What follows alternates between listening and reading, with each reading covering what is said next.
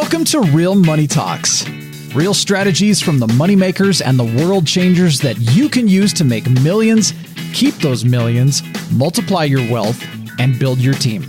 Here's your host, author of 5 New York Times bestsellers, money expert on Dr. Phil, CNN, CNBC, The Street TV, Fox News, and The View, Laurel Langmeyer. Hey, welcome everybody to the call. My name is Brian Schofield. I'll be moderating the Blitz today with Laurel as well. We're excited to have everybody. These are always fun. We have had a lot of incredibly great feedback from the Blitz. It's one of those things that people ask us when they send us emails or messages. Hey, are we doing another Blitz this year? Yes, we want to keep doing these. As long as we're keep getting the feedback that we're getting, we're going to keep doing the Blitz. So we love this. A few things. Part of what makes this good and part of what makes Laurel so successful is the fact that she relies so heavily and integrates so well with different people who are extremely successful in the industries and in the business. So having said that, throughout these next 2 days, you guys are going to be introduced to a lot of different people, some that you know and some that you don't know so well. And these people, what Laurel's greatest strength in is, if you ask me, is her greatest strength is pulling people who might be better at her or might know a different angle better than her in certain areas. And she has zero pride with it and brings them in, welcomes them in and says, hey, I want you to be on my team and I want you to help people. And so the one thing that we really want to touch on and really go over very first is this thing that we have. It's called interested versus committed. Now, I've been in the sales industry, in the sales world for 25 plus years now. And these are any types of sales. I mean, I've been involved in stuff in the call center world where we sold long distance 25 years ago, and I've done the other stuff where we sold things that are, $25,000, $30,000 over the phone. And there's one thing that is consistent with everybody that ends up buying something or ends up changing their lives. And it's that word committed. These people are people that truly keep their commitments.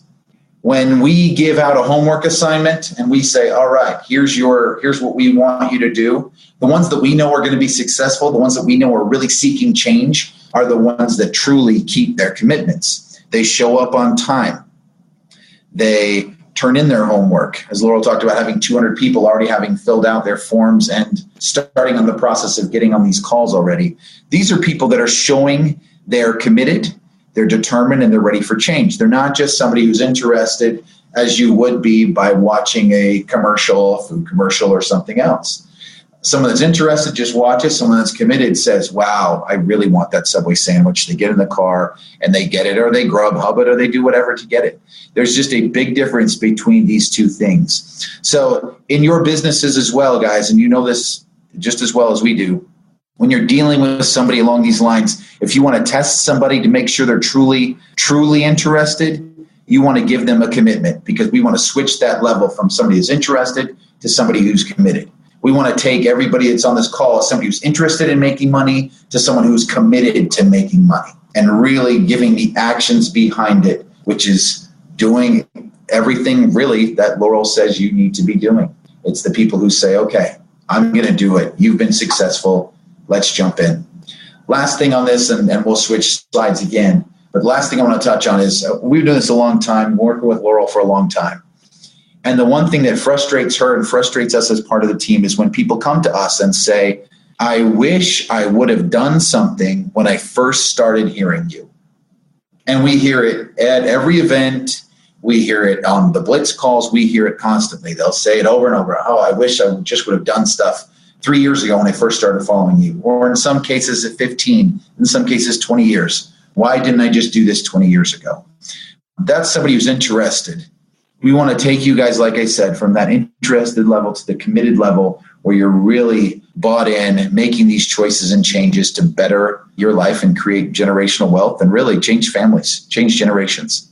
So Steve Harvey has this, and we're going to show this video really quick. We absolutely love this video. We played at all the events, but it says every successful person in this world has jumped. And personally, for me, it's been that way for sure. And anybody that you're going to listen to today, it's been this way. It's that point of taking that deep breath. You guys can all sense it, stress it. Some of you have already done it. Some of you are in the process of doing it.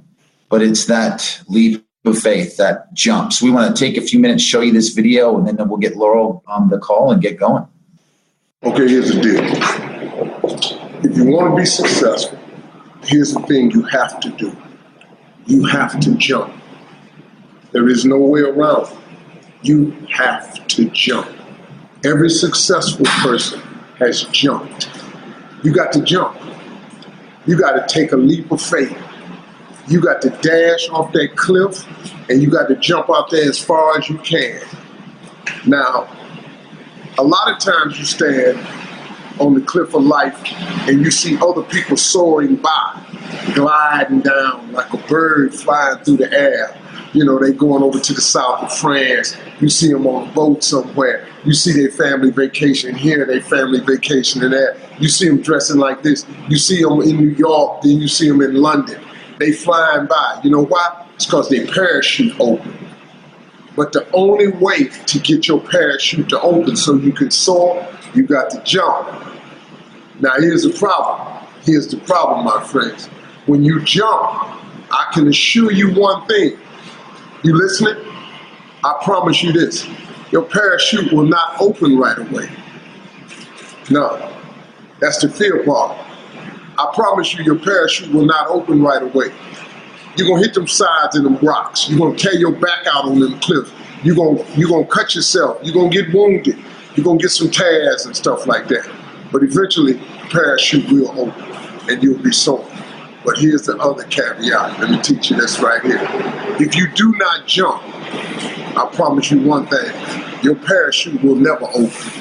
So you're safe, but you will never soar. You got to jump. I got to. Absolutely love it. Again, I can watch that video over and over and over again. Absolutely love that video. Never tire of seeing it. Gets me every time. With no further ado, I want to introduce the person who's going to be doing the Blitz today, the woman responsible for all of this. New York Times best-selling author, multiple times, Dr. Phil's money woman, Laurel Langmeyer. Thank you, Brian. So we're actually going to pop a quick video, and some of you have seen it, some of you haven't, but it kind of, gives me a little background. I've been doing this for 20 years. We talk about these 5 New York Times. One thing I want to say about this is, in fact, it all got clear yesterday at a big fun meeting, is there will be, as we head into 2020, there will be a 6th New York Times bestselling book on this slide. So that was good. We always add to it. But let's watch a quick video, Brian. I can make your hands clap. Said I can make your hands clap. Every small business owner has to have a mentor. A mentor is someone who has walked the path before you. So their job, I think, and I've had mentors since I was 17. That was just a few years ago. If you have the intention of becoming an entrepreneur and making money and getting wealthy, then you form your corporation right now. Instead of focusing on what you can't have and the struggles, you focus on what you can have. And so, like, the illegal conversations I say at home is you don't say what you can't afford, you say, well, how can we afford it? Am I the only living soul around? I mean, last I checked, and I always say this kind of funny, but Christopher Columbus did not discover America so we could have jobs. I mean, he discovered it for entrepreneurialism, for freedom, and we have lost it. We lost it generations have lost it. It is time to bring spirit back. I mean, that's where the money's made. I want to be a millionaire, and I'm going to change my choices, my way of living, and really get in action around creating that for myself and my life.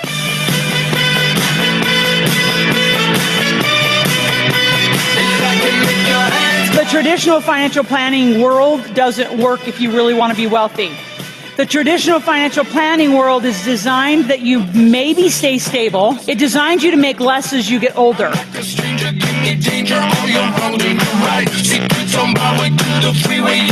this is Laurel Langmeyer, the Millionaire Maker. I want you to follow me on Instagram. Make sure you turn on your post notifications so you get all my messages.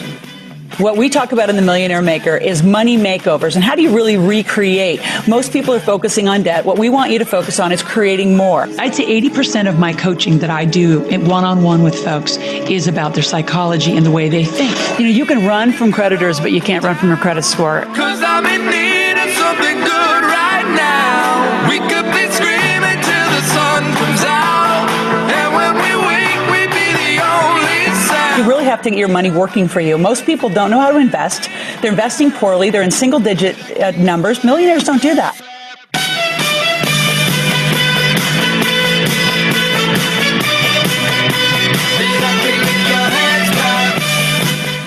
All right, everybody. Laurel Langmeyer, I'll let you go ahead, explain the slide, whatever. You better go back a slide, Steve. She has to cover that slide. Yep. She loves it.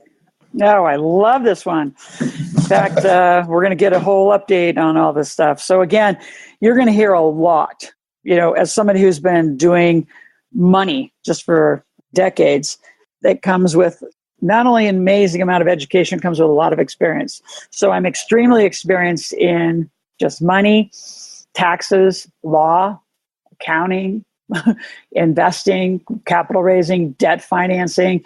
So you're going to hear a lot of stuff. We're not giving you any advice because I can't. I'm not a licensed person. I'm giving you education, but it is going to be right on that line of enormous experience. And you're going to hear, our collective experience on the team that you're going to meet today and tomorrow, you're going to be meeting 9, maybe even up to 11 people. I know my team's going, well, who are those? I don't know. I'm going to bring on some fun guests. I got one in the wings for this afternoon. Might have to be tomorrow. Collective experience on the team.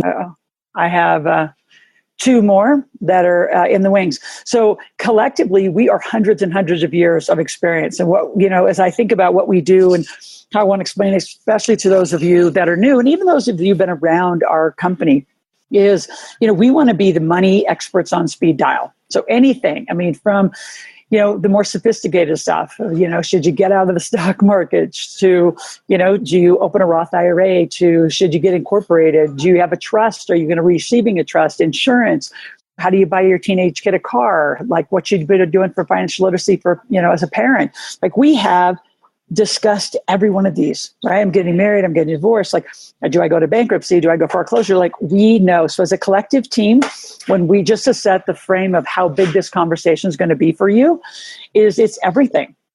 It's everything. So again, we are not advisors, can't advise, but we are going to answer questions and get you to the right person. So if one of the experts about your category or question is not on today, Brian would be taking detailed notes. I got an entire team out here.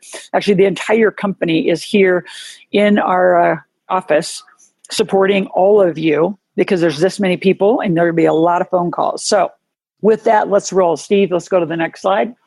And here's what's going to happen over the next 2 days. So I love this. I think this is one of our best processes. It's not even a program because it's a process. We're going to teach you how to have a lifestyle of what rich people do, sort of back to the Millionaire Maker book, right? Which is how do you act, think, and make money like a millionaire, right? And some of you might not have millionaire goals. Well, at least be 100,000-aire. The structures of the world in finance allow any motivated individual to get there. And you don't have to have, a huge, big job. You have to be a good entrepreneur and you have to learn to put your money to work. So we're going to give you a blueprint. We're going to give you a system. Now, I actually work very closely with my team. And what I hear a lot of times, they'll get you in a conversation where they're kind of negotiating with you. We're not negotiators, right? One of my funnest friends, she said, the worst thing you could do as a parent if you have little kids is negotiate with terrorists, meaning your children. So we're not negotiating with terrorists either, which means you. And I say that kind of funny because I think you'll get it.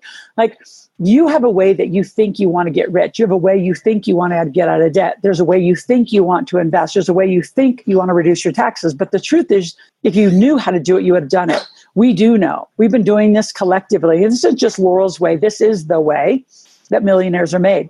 And it's the way that wealthy people live. So it's a process we're introducing you to, a lifestyle, call it, where this is the way wealthy people live. And we're not going to convince you, and we're also not going to negotiate with you. Like, we just know. And you say, well, if I give you 10 things to do, which, by the way, tomorrow, so Steve takes some notes on this too, we'll be giving him the 35-point action plan. So in the 35 action plans, you don't get to say, well, I only want to do 10 and I don't want to do the others and think it's going to work. You have to do all of them. And some of them, you're going to be doing activities and going, why does Laurel make me do this? Because I know it's necessary. Like, we don't have you just run around with your hair on fire like some interesting programs and just do busy work. There's a way we get to you and through you to have you shift your behavior that you get a new result. So to start with that, you will all be doing cool things and very, very specific things in the order that we teach you to do them in the next 2 days. So number one, you will have a strategy session. And I know you say, well, I've talked to those people and I've heard people say, oh my gosh, that team is so intense. You know why we're so intense and why we push so much is because we care more than anyone else. Any other company in the world that doesn't call you back, because we know we can help you, I think they're irresponsible and they're not doing you any favors. So you say, oh yeah, they called you. When I'm ready, I'll go. No, it's sort of like a health program or, a weight loss program. You may think you want to lose weight. Well, it's not going to be done your way, right? It's going to be done the way that it works. So with everything that's successful, there is a blueprint, there's a structure, there's non-negotiable things you have to do. And that's how we're going to treat this. So if it feels intense, if it feels like a pressure, it feels like a push, it's because we're trying to get you uncomfortable. We need to break your pattern of the way things have been going so you get a new result in your life. So a strategy session for us is just like this. It's a gap analysis. So all of you should have the Millionaire Maker book. You should have read up to chapter 2. If not, you'll get back with your strategist. At some point, you have talked to, and let's name names instead of just a team, you have talked to Dylan, you have talked to Jake, you've talked to Anthony, you've talked to TJ, you've talked to Chuck, you've talked to Lavelle, you've talked to Liz, you've talked to Ryan, you've talked to Molly, you might have talked to Steve. Like, we have an entire team here by name, and you've talked to one of them. And if you don't know their name, you're just going to call back into the number on the screen. And if you don't remember, just say, whoever answers, I've talked to somebody, I don't know who they are, and they'll get you back to that person so you don't have to start over in a conversation. By the way, we take a lot of notes anyway, so we're just going to keep you moving. But what we want to see, and we do this with our, with our advanced, members, like we have a lot of big table and what I call head of the table, which are my private clients out listening today. Why? Because money changes, your life changes, your new situation changes all the time. So we want to know, like, what did you accomplish? Where are you? And where do you want to go? And this is a constant evolving change, right? Ultimately, your bookkeeper should be tracking this for you. So you know where you are, where you're going to go. What do you need to do on the income side to generate more active income? And what do you need to do on your asset side to have more diverse and either cash flow or appreciating assets? Right. So, and again, not financial advice. This is high level concepts of which we give you the experts along the journey over the next 2 days that are going to help you. And if you want a specific expert that we didn't introduce you to in these 2 days, again, your strategist's job, and they have a very significant job. They have I'd say, a job right next to my job, which is to guide you. Their job is not to give you advice. Our strategists are extremely trained. They work together as a team. It's not a bunch of random people sitting out decentralized. We're all here together, all in one office, all here to support you, our client. And our goal is to get you what you need. So the more honest you are and the more open you are about your situation or what's coming or what's happened, honestly, we care less about what's happened. We care more about where you want to go. Whatever has happened to you is the current result of your current checkbook. So if you say, I can't afford it, well, then let's stop that conversation. You could afford anything you want.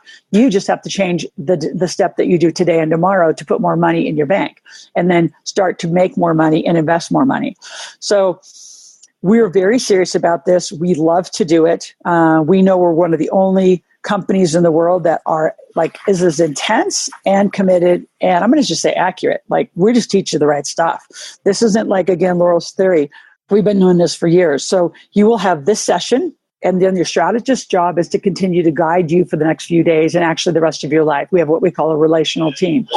So our relational team is once you get with somebody, then you will stay with them, right? So if you've got a relationship with one of our team members, then you will stay with them. So maybe you just do fast cash, or maybe you do the 100K challenge, or maybe you're writing the big table, but maybe you want some more information on cannabis or crypto or real estate. Our strategist's job is to be your guide, to say, okay, where are you now and what's next for you, and to keep you moving. Our coach's job is the depth, it's the education, the how, right? Our strategist's job is to say, what do you need? And your job is to say why you need it. Our strategist's job is to get you to jump, to do something that's very guided and directed and not just casually assessed, which is why we all talk about you. By the way, as soon as we're off these calls, we will have every name. We know every one of you that is on. We're going to talk about you. We're going to talk to you, and we're going to brainstorm what we think the best solution for you and your next step in life. Some of you say, well, you just always want to sit at the table. Well, ultimately, but some of you aren't ready for the table. Some of you should just do the 100K. Some of you should buy a game and play it around your kitchen table for a while. Some of you should actually read my book. So that's their job. So their job today will be to get you to incorporation specialists if necessary. You will all do funding, and I'll talk about funding and why that's so critical. The access to money is funding. You all need that. I go through it myself on a regular basis. Some of you will actually qualify for a tax return review. Some of you are going to need to get IRAs and qualified plans set up. Some of you need to get insurance, not death insurance, life insurance. So there's a journey that we're going to take you on. We're going to take you on it today. So welcome and get ready. Those of you who are milling around, you might want to find a place to settle down, get a cup of coffee or tea or whatever you have, and take some notes. So the gap analysis will be something you'll be doing throughout the next 2 days, and minimum, like in our live workshops when we do this course, we do this whole process, our clients are usually meeting 4 or 5 times in sessions that could last half hour to 45 minutes. Like, this is very serious that we get the right guide in the right direction for your life. Okay. So Steve, let's move on to what we're going to be doing. So this is, what's really been the result of years and years and years of my work. All right. I started the company as the brand Live Out Loud, which is fun because I actually live out loud. And I like the concept of living out loud, puts it out loud into the world, a commitment, right? I'm going to go be a millionaire.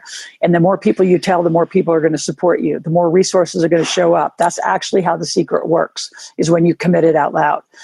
And over time, everyone uses it, right? They now, like LOL is now laugh out loud in text and, conversations. It's now it's been a lesbian and gay organization. It's a nonprofit for kids.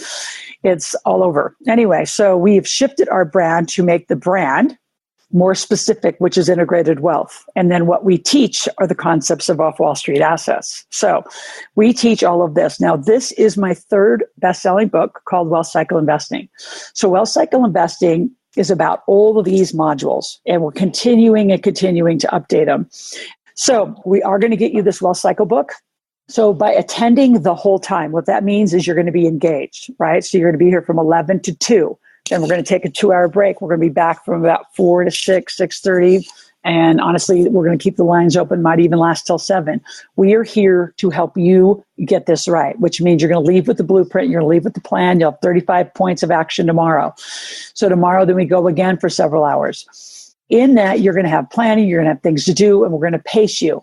And it's going to feel intense. If it feels uncomfortable, just notice it and say, yep, and I'm committed to a new result, which is getting wealthy. I want to learn to make money. I want to understand money. Money is in your life all the time. The investing part, right, off Wall Street assets is the most critical learning because nowhere is it taught. Right now, you can look down this line to say diversity and sequencing. I can promise you there's very few, if any, books on that, right? Outside of the stock market kind of books. Entity structure, there's a lot on that. This is our way we do it. And the reason we have update next to it is because it's ever changing, right? There's just ever-changing tax. There's ever-changing asset protection and legacy planning. So that's always changing. Tax strategies, due diligence and money rules. I mean, how do you do due diligence? Like, deals are everywhere. Like, I had a wastewater deal come. I bought part of, a couple acres on a hemp farm. I'm going to introduce you to those guys tomorrow. How do you do due diligence on those kind of guys? How do you even read the paperwork? So we're going to talk about that. That's going to be part of this afternoon and tomorrow's conversation. Money rules, gas and oil. We have a video link I can send you to start learning. This isn't about pushing any of these investments or a way to invest. This is educating. Like, have you thought about franchising? Have you thought about an IRA? In other countries, that's called superannuation, RRSPs. Have you thought about lending and debt? Do you even understand debt versus equity? This is just a learning. How do you get your wealth off the radar? Once you acquire a fair amount of wealth, there's amazing asset protection and what I call legacy planning. If you're going to do all this work to live this lifestyle that we're going to teach you how to live, and it's not, again, a suggestion, every wealthy family in the world is going to live. And you're going to see this chart, about a 3rd slide from here.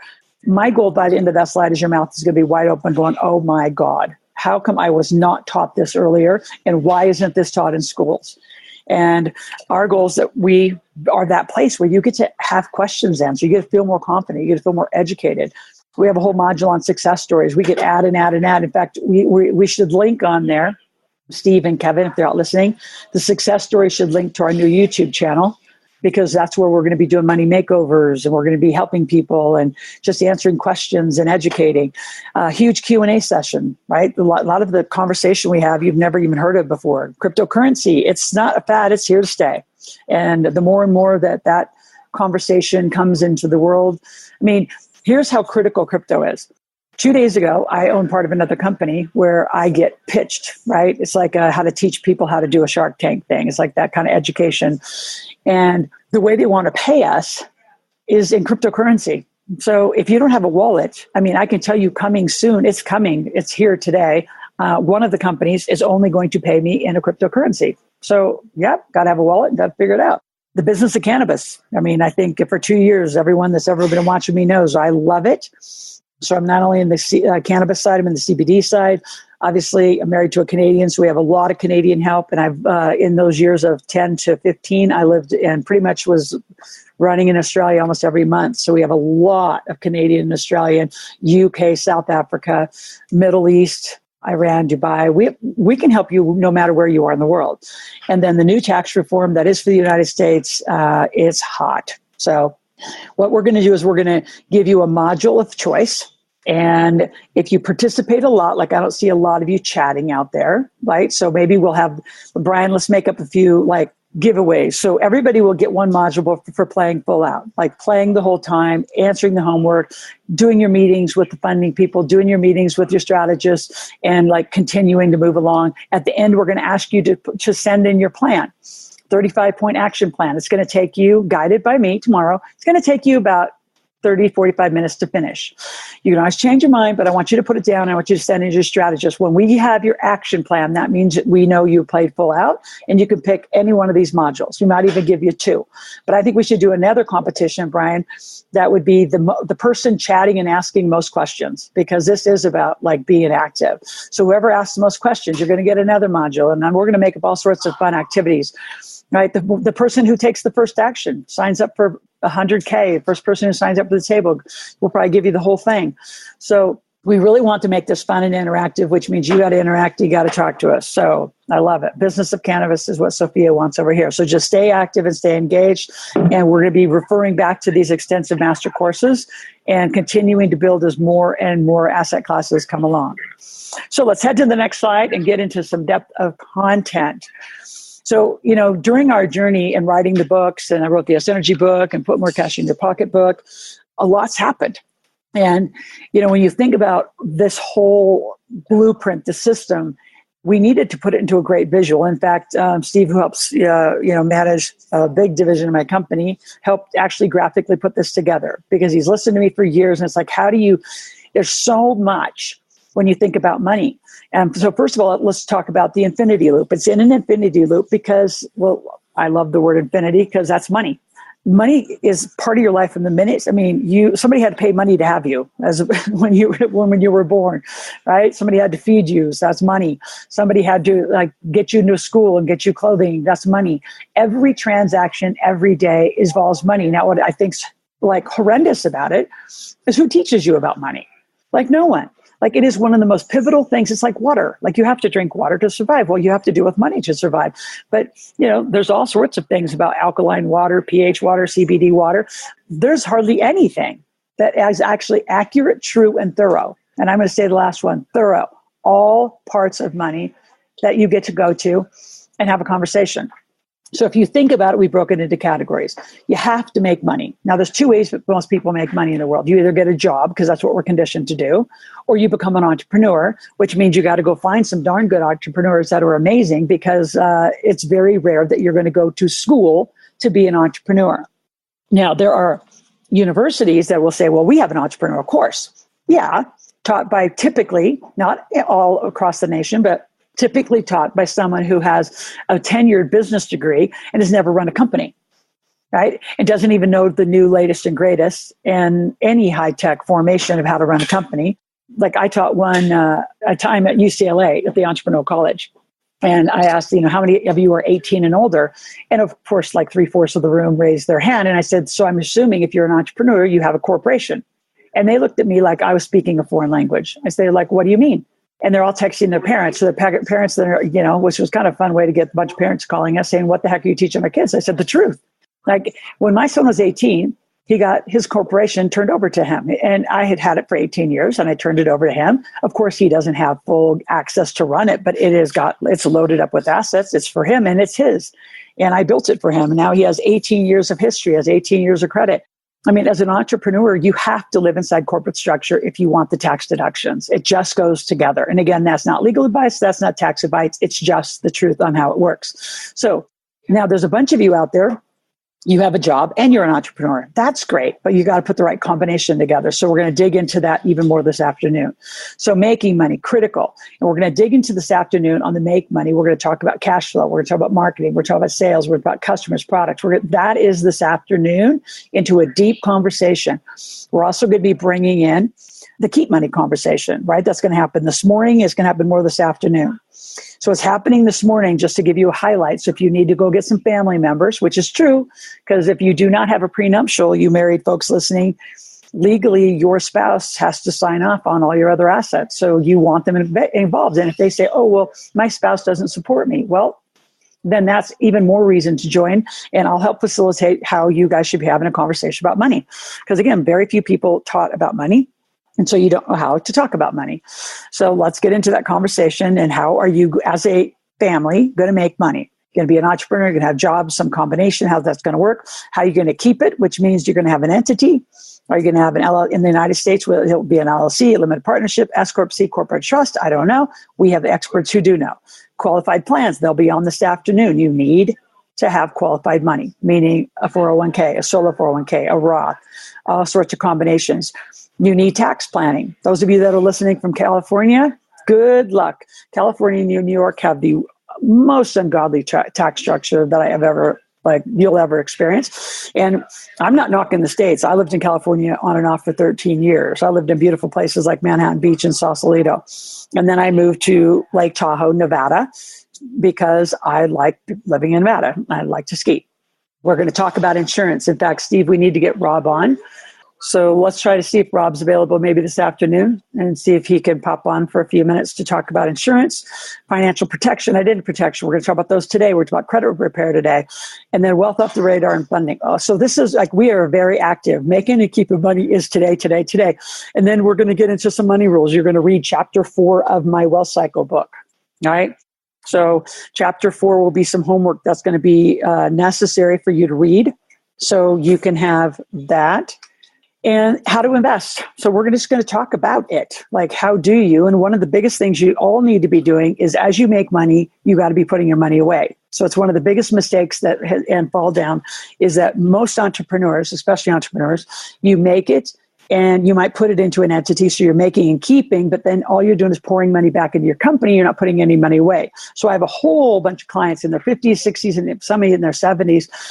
They say, well, I want to be done with my business. Well, you can't, because you didn't put any money away into other assets that are producing cash flow. And again, I'm not giving you advice. That's just common sense. Like, what are you going to do over here on the investment side that's going to put money to work that you get a control that is more tax advantage? Gas and oil, huge tax advantages.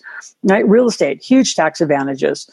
When you own direct, the tax structure, because you're owning a company, you get deductions. It's very different than putting money into a stock. And if you want to do the stock market, feel free. That's just not our wheelhouse. We don't teach that, right? I educate. Well, actually, we do. I can go send you over to somebody if you really want to know, because I said I'll teach everything. So I'll find you somebody if you really want to know. I want you to be aware of, because just the off Wall Street avenues. If you don't like it, don't do it. If you like it, then do it. I just want you to be educated so you know the difference about them as you move along, and then you've got to do it with the team. There is no way. I've been doing this my whole life. I get accused of, all you do is talk about money. Well, that's my topic, right? If I was talking about water, then I would just teach you about water. If I was teaching you about chairs, then I teach you about chairs. That's not what I talk about. I talk about money, and it's a big category, and I span the entire spectrum. The way that I do it, in the early days, I'll tell you how I did it and about killed myself, is I was trying to learn everything, right? So I already know it doesn't work, right? And I am an expert at it. So it doesn't work. You've got to have a team. You've got to have a community. You want to have a group of people that you can talk to, jump on mastermind calls, come join us, like our big table. We're meeting here in Reno Monday and Tuesday, and then a bunch of them are staying over Wednesday. We're taking them on a cool cannabis tour of Northern Nevada cannabis facilities. We're just constantly in action around these conversations. And our goal is to teach you how to have a millionaire life. So in concert, when you make money, keep money, invest money with a team, and then you get this going into this 35-point plan where you're just going in, you have a new foundation, your life starts changing. Like, you can't expect a new result and keep doing what you're doing. So you can't say, I'm busy, I can't do this. Well, because your busyness is not creating any productivity. I would say, what your activity of today is doing is going to cause your checkbook to change tomorrow. And I want to make a big point about a few things. Most of you, and this is just how we were, grew up with money, we're taught to live by your checkbook. What's in your checkbook? Okay, what's in my checkbook? And I make my financial decisions based on how much money I have today. Well, that's not how wealthy people work. We live by P&Ls and cash flow statements. So we live by, I'm going to call it a different word, potential. We live by a consistent result. So back in the day, way back in the day, 2007, I got an aircraft, right? And that was like a $40,000 a month, need to be able to do what I wanted to do. And by the way, we're looking around. I mean, I talked to other people in the cannabis space, for example. I mean, some of these remote areas is kind of the only way to get around. I know an owner who has a couple of helicopters. That's how they get around their state, just to get around their cannabis properties because it's so remote. So some of you hear these as big luxuries. These are necessary business things. My point is, when you want something and you're managing your QuickBooks or your accounting right, you can do predictable cash flow. So you're not saying, oh, well, I don't have the money today, right? So let's just say you make $100,000 a month. And on the 1st of every month and the 15th of every month, you've got some big payables. So on the 15th of the month, you probably don't have 100 in the bank. You probably don't even have 50 in the bank. You probably might only have 10, but you need to go buy something for $20,000. You know you're going to make it, so you spend it. So when you know and you can live and spend and make money on prediction versus a guess and an emotion, your life changes.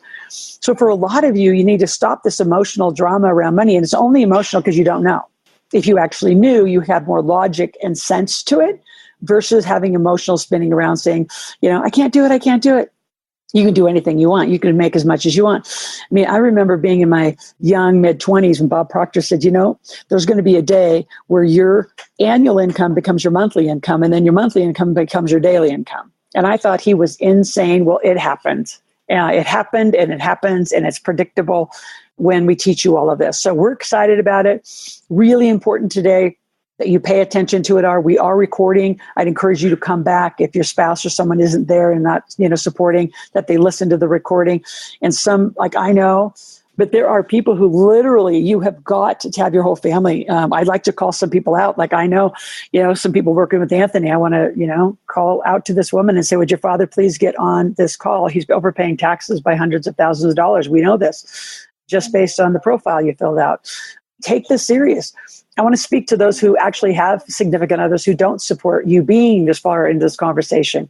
So typically the reason why a spouse doesn't support you doing another thing, call it a program or a process, is because you probably have spent a lot of family money trying to learn it. And unfortunately, the teachers that have been before me were not thorough and it didn't work. So you didn't get a result, right? So you did XYZ program, you spent $10,000 or $15,000 and it didn't work. Well, we're not teaching you a program. We're teaching you a process of how to live a wealthy life. And it's very different. It's step by step. Once the foundation of your life is set this way, where you make it, keep it, invest it, the bank accounts are set. We're going to do a banking conversation tomorrow.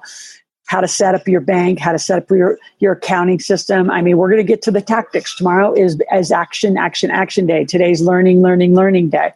Well, learning and action. We always put them together. So super excited to do this. So those of you who can't get out of an engagement, that's fine. As long as you listen to it, do your homework and send your homework in and stay attached to a strategist. We'll honor the fact you were here, but you have to do it all. Right. So very specifically, you'll have homeworks to do, things to send in. And as long as you've achieved all those, and we'll put a slide together this afternoon of all the things that you have to do. And we'll honor the deal of you having the modules. Okay. So let's go to the next slide. These are probably my favorite 2 slides to teach. The system wasn't broke. It was built this way. So I saw this slide by one of my partners, Randy and I have done so much business together. You'll meet him this afternoon if you haven't ever seen him live with me. He runs a company of ours called iFlip, which is it's a software program that shorts you out of the market. So and it outperforms the S&P. It's cool. It's not robotic. It's algorithmic trading. It's super cool. Anyway, so you'll meet him. But he found this slide or built this slide, and I thought, what a great way to say it. The system was built this way. So if you think about how we as a human race, call it, like, even encountered money, I mean, up until 1933, we were all entrepreneurs.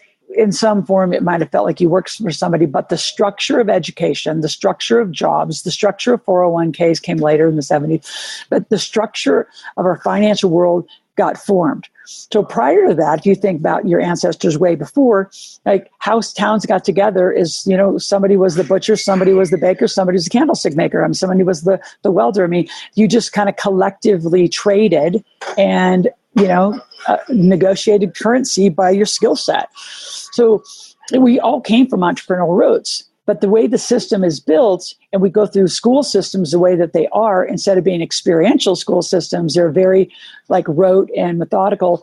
And a lot of the crap you learn, like, I don't know about you guys, but, dissecting a frog, in whatever, in 6th grade, I don't know that you'll ever use that skill set again.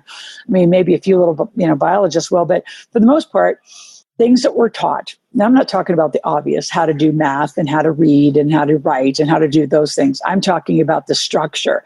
Don't ask questions. Are you kidding? Why would you ever shut down creativity?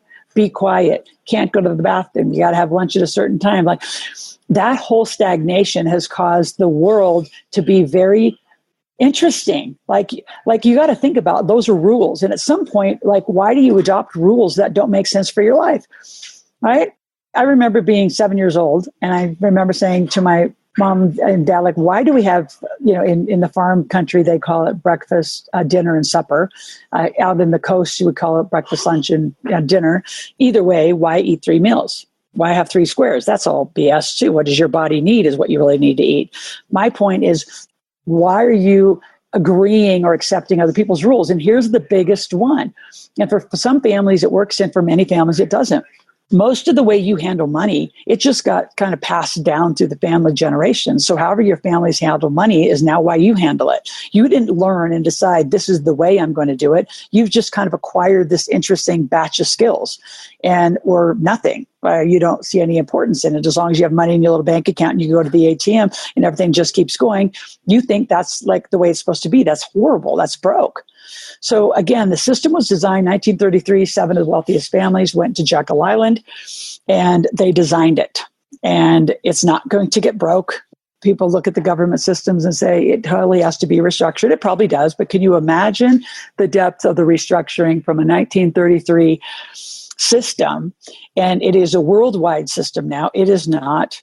It would be interesting to see. I think crypto is going to take its biggest pass at it, because if you really think about what crypto is with money, it is going to change the way transactions happen. So countries, right? If you live in Spain or you live in the UK, let's just say you live in South Africa and I want to buy something from you and you'll take my Bitcoin, I could trade you and pay you in Bitcoin. Now what happened? I just avoided the exchange rate of the US dollar and the Rand, South African Rand, which is a 10-to-1 ratio. I've avoided all the costs and fees in between, and I avoided wiring instructions. And within a few hours, other coins can transact in minutes. I literally have moved money around the world. There was no exchange rates. There was no fees. There was no transactional bank fees. Like, the middleman gets cut out. And so the system in 1933, I think the only chance and next phase that is going to rock the world is going to be currencies. And in the way currencies get changed. We're not going to talk about that today. I'm looking at bringing on just a world-class expert. And I think he's going to be available this afternoon to let us know how and what's going on with crypto. All right, so next slide. This is my favorite one. In fact, you guys should screenshot it. You should take this, put it on your wall, put it on your kitchen, and just memorize it. So this is the way it's designed. 1933, right? Let's go get a school system, go to school, get a good job, have people work, and only the strong survive, right? Those who learned all this and understand it. So the challenge is, if you make, and this is still how it is, right? So this is what we're taught, is get a job. So here's the job statistic in the United States. If you make $67,000 or more, you are currently in the top 25% of all income earners in the United States. So all of you that are out here, if you want to just vote and say, are you making more than $67,000? And if you raise your little hand, well, welcome to the top 25. And then if you make over 100, you're in the top 10%. So just notice those numbers and how startling those numbers are. So again, 67,000 of the top 25% of the income earners. Here's the problem. You are the most taxed. The easiest way that I teach this is individuals get taxed, companies make money. So the corporate structure is coming next. So again, actually I teach the other way. I said companies make money, individuals get taxed. So I want you to write that down. You're not going to see it on a slide. Companies make money, individuals get taxed. I'll come back and deepen that understanding in a moment. So again, if you make 67,000, you're in the top 25. Do you feel like it? Do you feel like you're rich? Do you feel like it all going on? Probably not. So then you're taxed 40, 50%. That's the way it's designed. Then this interesting vehicle called the 401k came along.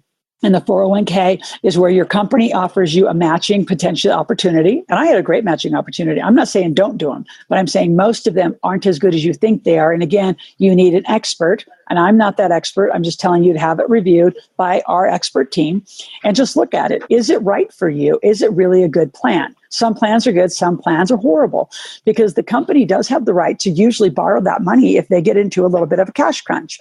So then all your money that you think is being put away is now risk. Welcome to Enron. Welcome to the United Pilots Union.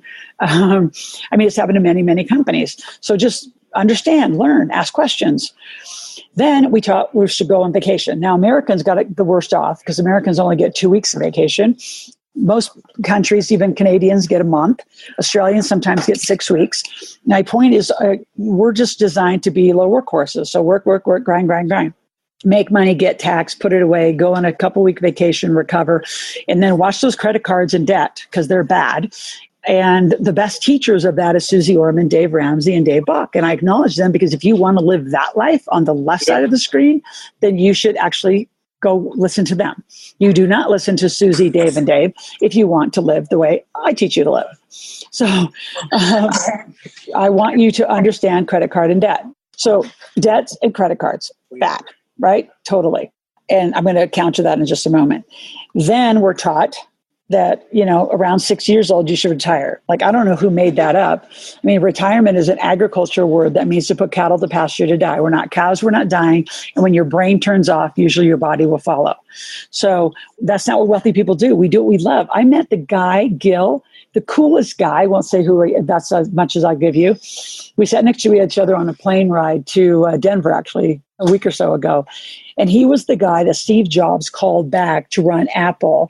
If you ever watched the movie when Steve went away and then this guy came in and he totally rocked it and actually ran Apple and made it what it was and increased the stock price up until I think the point Steve died. Met him, sat by him on the plane. What a cool dude. And he's like 78, 76. I actually going to go have lunch with him. He lives right around the corner. And we're both in the same. I said, what are you doing? He said, I'm addicted to this. I will do this till the day I die. And I said, and he'll probably live to 100. You wouldn't even know he's that old. And if you look at older people and why they're so vibrant in action, is it because they're also physically fit and physically active. Their brain is turned on. Their brain is engaged. They're passionate. They love what they're doing. And a lot of that too, because I have to put this into the conversation for those of you who have been really screwed up and taught improperly about money, is they give back. If you don't have it, you can't give it. I was with Dr. Trin, world leading brain and Alzheimer's CBD council guy. We went to a big charity gala ball for Vietnamese orphans and blind and disabled, just beautiful experience. And same thing, the whole message is if you don't have it, you can't give it. So, I drives me crazy when I hear these broke people say, yeah, but I'm doing it for profit. I just have to give back. You don't have nothing to give. You can't even give to yourself and your family and your kids. Like, this isn't about just getting rich to get rich, right? This isn't a greed conversation. This is a smart conversation that for you to do what you want to do, not only for you and your family, and to bless the world with your skill set, because you're all amazing. You're all smart. You have something to do. This just happens to be what I do. This is my gift. This is how I give back, because I teach you all the stuff that I've learned over time. So this isn't about that conversation of rich people are bad. No, bad people are bad. They made that choice. It has nothing to do with money. Right? Here's the biggest part of this conversation. When I hear you say, I filed taxes April 15th, we would say, why? There's this amazing thing called extensions, which is why keep your money. And people who say, yeah, I'm getting a tax return back, and you're waiting for January 1, I say, why'd you overpay it in the first place? Right? Now, still, you may get like, I got one back, a few years ago, but I didn't get it back until like almost the year later, because we want to teach you how to really use your money, how to maximize your money, and how to maximize your savings. So again, this is what we're taught. Make money, get taxed, put your money in 401k, go on vacations, don't use credit card or debt. Just so that means to me that you don't understand money. And then retire, die, file taxes. Okay, that's what we're taught. Here's what you're going to learn is a lifestyle that the wealthy live. And again, I didn't make this up. I have studied wealthy families. I have studied trusts. I have studied legacy families. And every one of them have some version of this structure. They have S Corps, C Corps, LLCs, limited partnerships, or trust. Now, I am teaching this in U.S. vernacular. It is the exact same process everywhere else in the world. And I have taught in 6 of the 7 continents. Penguins down in Antarctica aren't much interested in learning from me, so I just haven't decided to go there. But every country in the world has a corporate structure like this, where you can make money inside a company. We call it an entity or a trust. And because you make money, right, which is a legal business up and making money, you then have this amazing benefit of 81,000 pages of tax code. So our tax team, our experts study the code. They study the new reform. Right, 81,000 pages of tax deduction are against that. So, for example, if you're just an employee and don't have a company, right, you can do both, right? There's a ton of people. In fact, I know people that are watching and on and just joined our program and joined our world, right? I mean, Marlon's out here. I'll pick on him. He's got a job and he's an entrepreneur. Who else do I know that's out there? I think Callie's the same. Dave and Anna. Hi, Dave and Anna. Awesome. Glad you guys are here. Have jobs and have companies, but we're cleaning that up. Like, it's okay to have both. It's just not okay to have one. If you are only a W-2, it's very difficult to help you. You have to bring in this entrepreneurial corporate structure, because then, like over here as an employee, you don't have a legal right to deduct your vehicle or your phone or a computer. But over here on the right side, we call it living on the right side of corporate life, living corporate life. As an S Corp or a C Corp, you can have a corporate vehicle. You can actually do corporate education. Anything you do with us, we're 100% deductible, right? This is education. This is business education. This is family education. So whatever you're doing, I have some folks, Alex, who you just saw in the video there, they sell wine, right? So they have a wine business. And I always laugh. I say, get right off your habit or your hobby, whatever you want to call it. If you drive cars, like my husband loves, fixing cars and flipping cars. So that's a business, right? And so then he gets to write off doing all that anything around the automotives or his vehicles, because that's another business. If you fix and flip real estate, you can pretty much any of those supplies and equipment and tools you need, that's going to be deductible. If you just do it on your own under a W-2 and a hobby, you don't get to deduct it. This is critical. This is what we should learn in 6th grade. I mean, families, if you're listening, your kids at junior high level need to be listening and learning this. My daughter's going into 7th grade. She could almost recite this entire conversation. Now, when you have a job, right, to the left side, then you have an opportunity for what's called the 401k. When you have a business over here, business allows you the deductions, and then you have these kind of vehicles. And this afternoon, Edwin or Mike, one of the guys from our IRA specialty team, will come and educate you on that. And you can have a solo 401k or a Roth IRA or some version of that. All right. Now, here's the big one. We don't go on vacations. We go on business trips.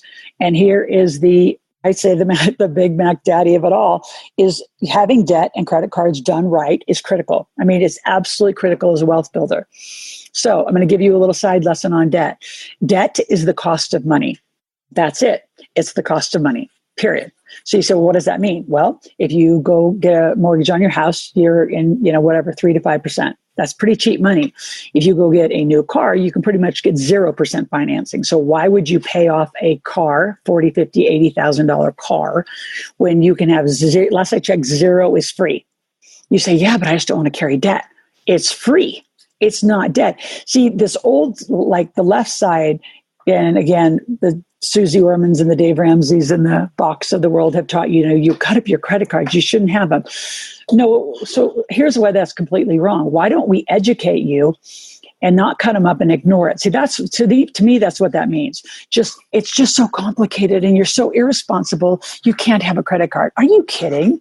How about we get educated? How about you learn about it? How about you understand that having a credit card and done properly? So you're going to hear from our credit card expert also and our debt expert. You're going to hear from many of them actually. And I'm not saying, Carrie, go run around like irresponsibly and have credit card debt, because some of you have credit card debts that's in the teens. Well, that's not responsible. I'm talking about using debt as a zero interest availability because that money's free. We'll talk more about that as we introduce Deb and Bruce and talk more about funding and debt. But debt, just to pay off debt because you feel good about it, is not a smart financial decision. It's just not. You need to learn and understand how to use debt. There's this interesting thing in the real estate world called OPM, other people's money. And it's like, oh, I'm going to go use other people's money. It's sort of like on Shark Tank. Well, I'm going to use other people's money to help me grow my business. Well, you know what? A shark in your tank could be expensive because I can tell you I'm expensive. It's pretty rare that I will join a team or take equity in a company unless I take a lot, because I'm not just bringing my money, I'm bringing my brains and our experience and my Rolodex, and it's a lot. So to make a decision to have a shark in your tank or get private money or pay, it's a different decision point. And we are going to get into this more, so I don't want to do the whole conversation on this because I want to teach you about debt and equity and how do you make those decisions. We're going to have a really rich conversation about that more in this afternoon, but really more tomorrow, that you really start understanding this. And then credit cards, are you kidding? How do you book a flight? How do you book or buy a lot of things? I mean, you kind of have to have one. Right. So to not have one and just live in a cash basis. And now you got to put a third column coming out here. I can't wait till next year. I'll have a third column like the new crypto world. Like for those really living fully in crypto, it's like, it's like there's that group of people who want to go live off grid. There's already people, like the entire country of Malta is exchanges in cryptocurrency. I mean, Bitcoin. So here, let me just give you and I'm not a huge, I got my toe in the water learning this. So I'm not like giving advice or preaching and say, go run out and do it. I'm going to bring an expert again this afternoon, if you can jump on, if not tomorrow, that's going to tell you what's going on with it. But here's right now, Amazon takes it. So let's just think it through. This is what I know I do different than anyone else is just get logical about it. Think common sense. Okay, I'm going to go on Amazon. I'm going to find this little widget that I want. I'm going to use my wallet, Bitcoin, or whatever. It actually has to be whatever other coin. There's over 2,000 coins, but you can move them into Bitcoin and the Bitcoin can transact. But let's just say you're using Bitcoin and you buy something on Amazon. What did you just do? You cut out the middleman. You didn't use a credit card. So now there's no credit card fees. There's no merchant service fees, which means the bank got cut out, which means all the middlemen get cut out. My Bitcoin wallet just paid Amazon's Bitcoin wallet. And it was a very, very quick exchange. It costs nothing. Maybe there's depending on who sets it up, sometimes there are commissions in there. And it's locked in the blockchain. It's irreversible. It's unencryptable.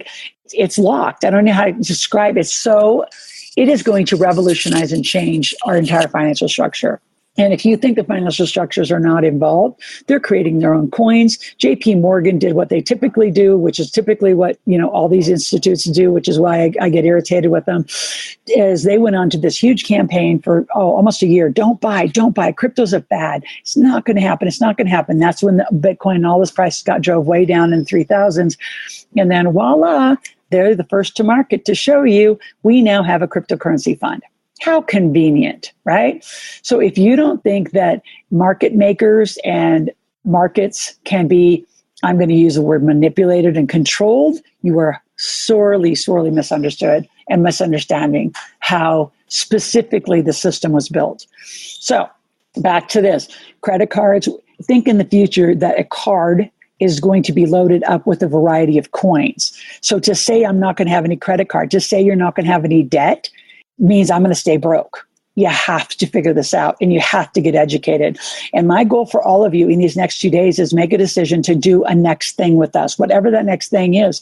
I don't care, like I said, if it's just getting a board game and sitting around your kitchen table, or it's joining our income program, or it's joining our big table. I mean, it's a one-time, I call that a country club membership fee, $25,000 for the rest of your life, and you're in, you and your family, come join. We talk about all of this stuff. And access the experts. You have got to learn it. And here's my what I would say is after listening and understanding today, tomorrow, and doing your plan, the 35-point checklist, then, well, number one, your life will change if you actually follow it through and execute all that. Your life will change. You're going to live on the right side in corporate income and corporate life. If you don't, and you stay a complete W-2, do nothing about the education you have, nothing, and just say, I don't want to live over there. It's interesting, but I don't want to do it. Then don't. But then don't say in the same conversation that you want to get rich. Now, 20, 30, 40 years, you can get rich on that left side, but not 3 to 5 years. The fastest millionaire I know that's been made is 152 days. Very quick. Mine was about 6 months. So from a conscious time where I said, I'm going to go be a millionaire, which was January 8th, 1999, I was a millionaire by my 34th birthday, June 24th, 1999. So a lot of you could do it. You have to decide you want it, and you've got to get help. And that's what we're here to do, is help you. Now, this was fun. We don't retire. We have Freedom Day. And this is the big one. We have multiple year-end tax filings. And depending if you have companies in different countries, or depending how your financial structure is set up, you will have multiple year-end tax filings. So you can live on the left, and good luck. Just don't bitch and complain that you are not getting rich fast. And you don't get to go on, you don't get to just pick up and take 3 weeks off to go, north and ski and waist deep powder. We have a huge community in our big table. They go scuba diving. We have a huge community that go wine tasting. A huge community that goes on real estate. You're going to meet some of our real estate experts tomorrow. They go on real estate tours. I have a huge part of our community that does, cannabis together. Huge part learning crypto together. Just think of it as a community where you get to be in these different conversation circles, and you get to say, I kind of want to learn about that today. I want to learn about that today. I want to learn about that today. If you don't do any of it for the first while because you're learning, perfect. But at some point, you need to get a plan, get your family plan, and get into action. And then our coaches support you with it. So we're excited about it. Again, take a picture of this. You're going to see it throughout the conversation, because my question to you is, if you're serious about living corporate life on the right side of this conversation, then we take action today and tomorrow, and you meet with the team. If you're here just because it's casual, notice how you, here's my thought about casual. How you do anything is how you do everything. How you do anything is how you do everything. So you don't get to be casual one part of your life and then be amazingly successful in another, right?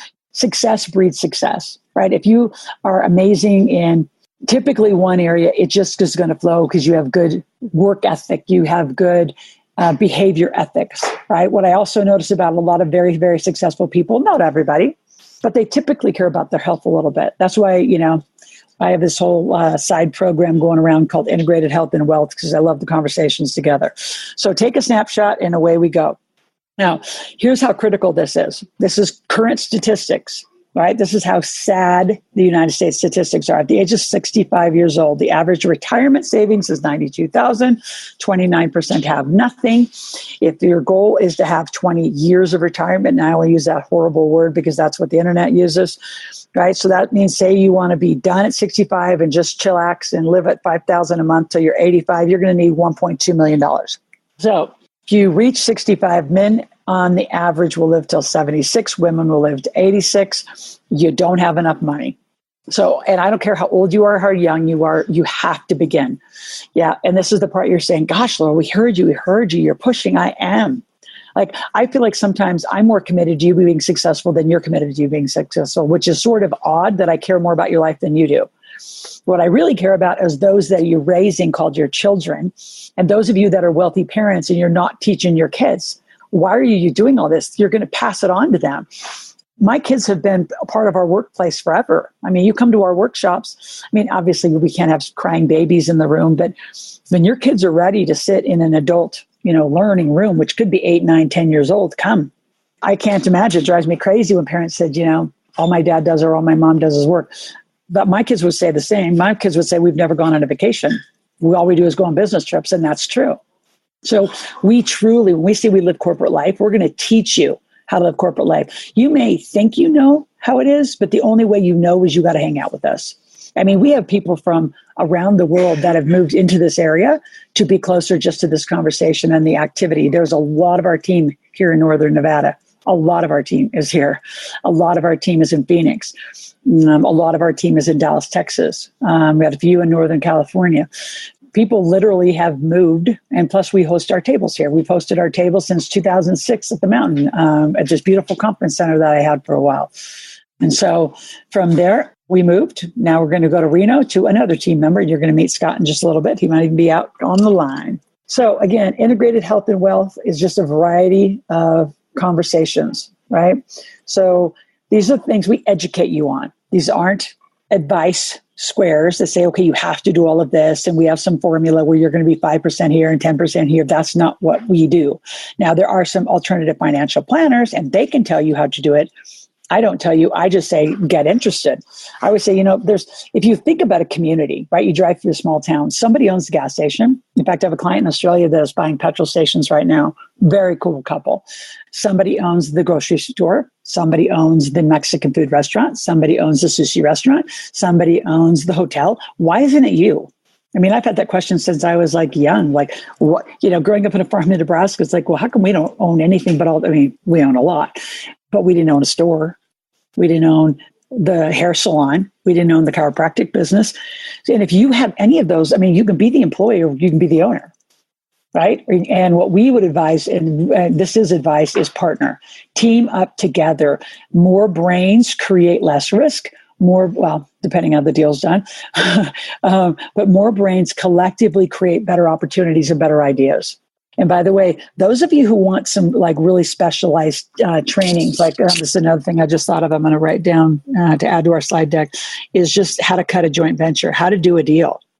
If deal structure is interesting to you, I love teaching it, and we could go through that as we go into tomorrow too. And with that, actually, Brian, I'm going to stop for a second, say, are there any questions or things that we need to clarify? Because I just brain dumped a whole bunch of content. Yeah, Pete was asking, why is crypto and blockchain listed separately and not the same thing? And I think maybe that's one of probably the biggest confusions with cryptocurrency is they think that blockchain and cryptocurrency are the same thing. They're not.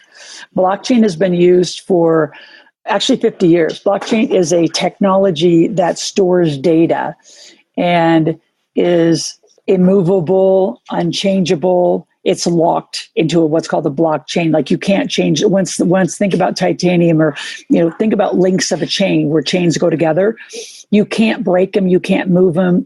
So if we did a transaction, so say that was Steve on, so say I paid Steve in Bitcoin, that transaction is locked. It's in old-fashioned terms, it would be in my bank statement, it would be in his bank statement that I actually paid him or I wired him. It's similar, but it's in a technology that locks and stores and informs the data. So blockchain's been around for 50 years. Bitcoin's been around over 10 years. And now there are new coins. Amazon's going to come out with their own coin. Starbucks is going to come out with their own coin. I've been approached to say, why don't you come out with a maker coin, right? Why don't you come out with a coin that transacts inside of our community? This is the future of money. It is the way we get to be liberated from the shackles, is kind of the way that most people are talking about it. So blockchain is a supply chain. IBM has, it. I know trucking companies have been using it. So blockchain is more of a technology process that stores data, and then cryptocurrency is currency. So the way that the crypto is moving is through the blockchain. So they are two different things. There are just blockchain movements. So here's an example of the blockchain. And it's the technology that's going to allow, right now there's a group, and I actually invested in some of these coins, and it's a music coin. So it's what would you call it? It's like the Voice, or, where America Got Talent and then Americans get a vote. So these musicians put their music up on this platform. And if you go and click on it and it streams to your phone, that person is immediately paid through the blockchain in a wallet. So you pay with your coin to theirs, and it cuts the middleman out. So right now it has to go through producers and other recording studios. It's got to go through managers. What blockchain and this technology is doing is cutting middlemen out. Last night I was speaking to a real estate group. There are companies that use blockchain to do real estate transactions. So I could put up my house for sale and put it into the sites that are blockchain technology backed. And people could be shopping for my house. And there are literally people who will buy a house in Bitcoin, which means I cut out everybody. I cut out the mortgage company. I cut out the title company. I cut out everybody. Now, if I want a mortgage, I can actually include that in the blockchain and say, okay, I want the mortgage for this amount, but everyone is paid. Merchant services are going to go away. The middleman is going to go away. Google is in for the run of its life. We don't need them to facilitate and monitor and be in following us, and same with Facebook. Like if I want to run an ad and somebody wants my stuff, they can just pay me directly. Why do I need to pay Google or Facebook to run my ad? That's what blockchain is going to do. It's going to change the way we transact business. A whole bunch of people are going to get left behind because you don't understand it. So my invitation to you is just put your toe in the water. That's what I do. I put my toe in the water and I surround myself with experts and I bring them, and then we're going to learn together. And then if you want to start doing it, do it. If you want to stand still for another year, stand still. It's up to you. We aren't going to tell you what to do. I think it's my job to bring you the conversation, and then you get educated. You make a decision for you and your family and your life. But it's going to be interesting. I mean, some of you are not technical, me included. I got my husband, I got my son, like we're going to be. I'm getting paid in a wallet. So I went out to my key guy and I said, I need to learn how to get paid in a wallet. I've never been paid in a wallet before either. Put my toe in the water, something happens. Put your toe in the water, something happens. See, if you do nothing but stand still, you're in the same perspective for the rest of your life. You've got to keep moving. And moving means education. Moving means do it with a team. Moving means being in conversations. So these are the team conversations that we have. So these are the conversations. So you're in the middle. I'm in the middle. Our community is in the middle. Team's in the middle. And these are all the conversations that we have. So all these conversations, from diversity to entity structure to tax strategies, we want to teach and facilitate these conversations in your life and with your family. So what I want you to do from this slide, this is part of your homework, is I want you to number 1 through 5. Right? This will be part of the homework you're going to turn in tomorrow, is 1 through 5 on the team slide. If you had 5 conversations, you could pick in order. What's the first conversation you need to have? And I just want to point to some that I know a lot of clients need. You need entity structure. Most of you need tax structure. You need wills and trusts. I don't know how long it's been since you have updated your wills, trust, durable powers of attorney. So we're just like the checklist people. Like these are all the things you need to think about. Do you want the cannabis conversation? Do you want the crypto conversation? Notice the blockchain isn't on here. You can just write it off to the side and say, I want that. I want real estate. I want to understand gas and oil. Whatever you want to learn about, just write it off to the side if it's not on here. Otherwise, number 1 to 5. And this will be one of your homeworks. So we know the conversations. And what this also does for us, going to be very transparent. When you send your homework in on things like this, where you list your top 5 conversations you want to have, guess what we start doing, and guess what you're going to hear on the next upcoming months of webinars? You're going to hear those conversations. We listen to you, but you have to talk to us and say, I want more on that conversation. I want more on that conversation. I'm going to bring you 2 new ones, which are one is a subset of the cannabis, but is hemp farms. Like I said, I just invested in hemp farms. It came through a client of mine, great family. They introduced me to somebody else. Interesting how our worlds knew each other, but not, really met. And then wastewater, which is a subset of gas and oil. So there are so many cool things just to know about. And you don't have to do anything, not giving you any advice to do anything, just telling you, we want you to learn about it. So with that, let's head into our panel. So our expert panel today is going to be 3 people. So Scott Arden's on, who also is just, a dear friend and a partner in a couple businesses. He's our entity expert, and then our tax expert. He does know a lot about tax because of the entities, but our tax strategist, CPA counsel, Weldon, will be joining next. And then Deb and Bruce Mack, who I think are just extraordinary at understanding credit cards, debt structure, and getting funding. Because funding, although that's the word for it, I'm going to call it something different, access to capital. As an entrepreneur, you need access to money. You need access to buy inventories. You need access to get supplies to fix and flip a house. You need inventories to get parts or whatever to flip your vehicle. You need capital to buy new software. You need to upgrade your software to blockchain. So capital is critical, and it comes under this term called funding. And I want you as an entrepreneur and a wealth builder to have access to money. I think it's really critical done right. I think it's really harmful done wrong. So in order, those will be our 3 guests. So Scott Arden, welcome to our Wealth Blitz. Let's blitz their plan on entities and tax. Awesome. Sounds good. Thanks for having me on. So, a lot of people have heard me talk about utilizing corporate structures, setting up LLCs, corporations. And a lot of people ask me all the time, why is it beneficial to incorporate a company? Well, there's a lot of different reasons in setting up or to set up a company or a corporation like that, which are, the asset protection components. If you're out there doing business and, there's a liability issue that arises within the business, the last thing you want to happen is to have that actually affect personal assets that you own. That's why the corporations were created back in the 1800s in Spain, actually in the shipping industry, when boats were coming across the sea and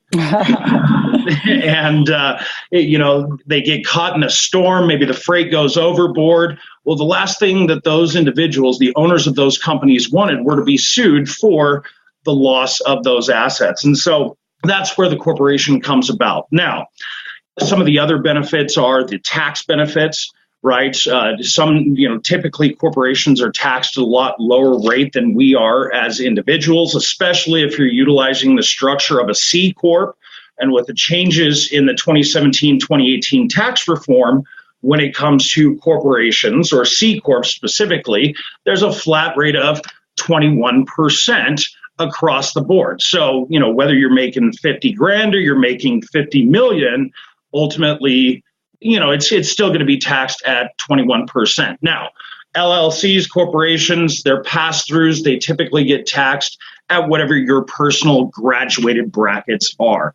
But the difference is as an individual, you get about 15 to 30 different deductions, whereas when you're a corporation or an LLC, you're afforded far more tax deductions, upward of 233 to 305 different corporate write-offs. So again, allowing you more use of your money up front, which ultimately results in paying the silent partners a lot less on the back end, right? So it's a beautiful thing. Now, along with having a corporate structure, there's obviously some responsibilities involved in that.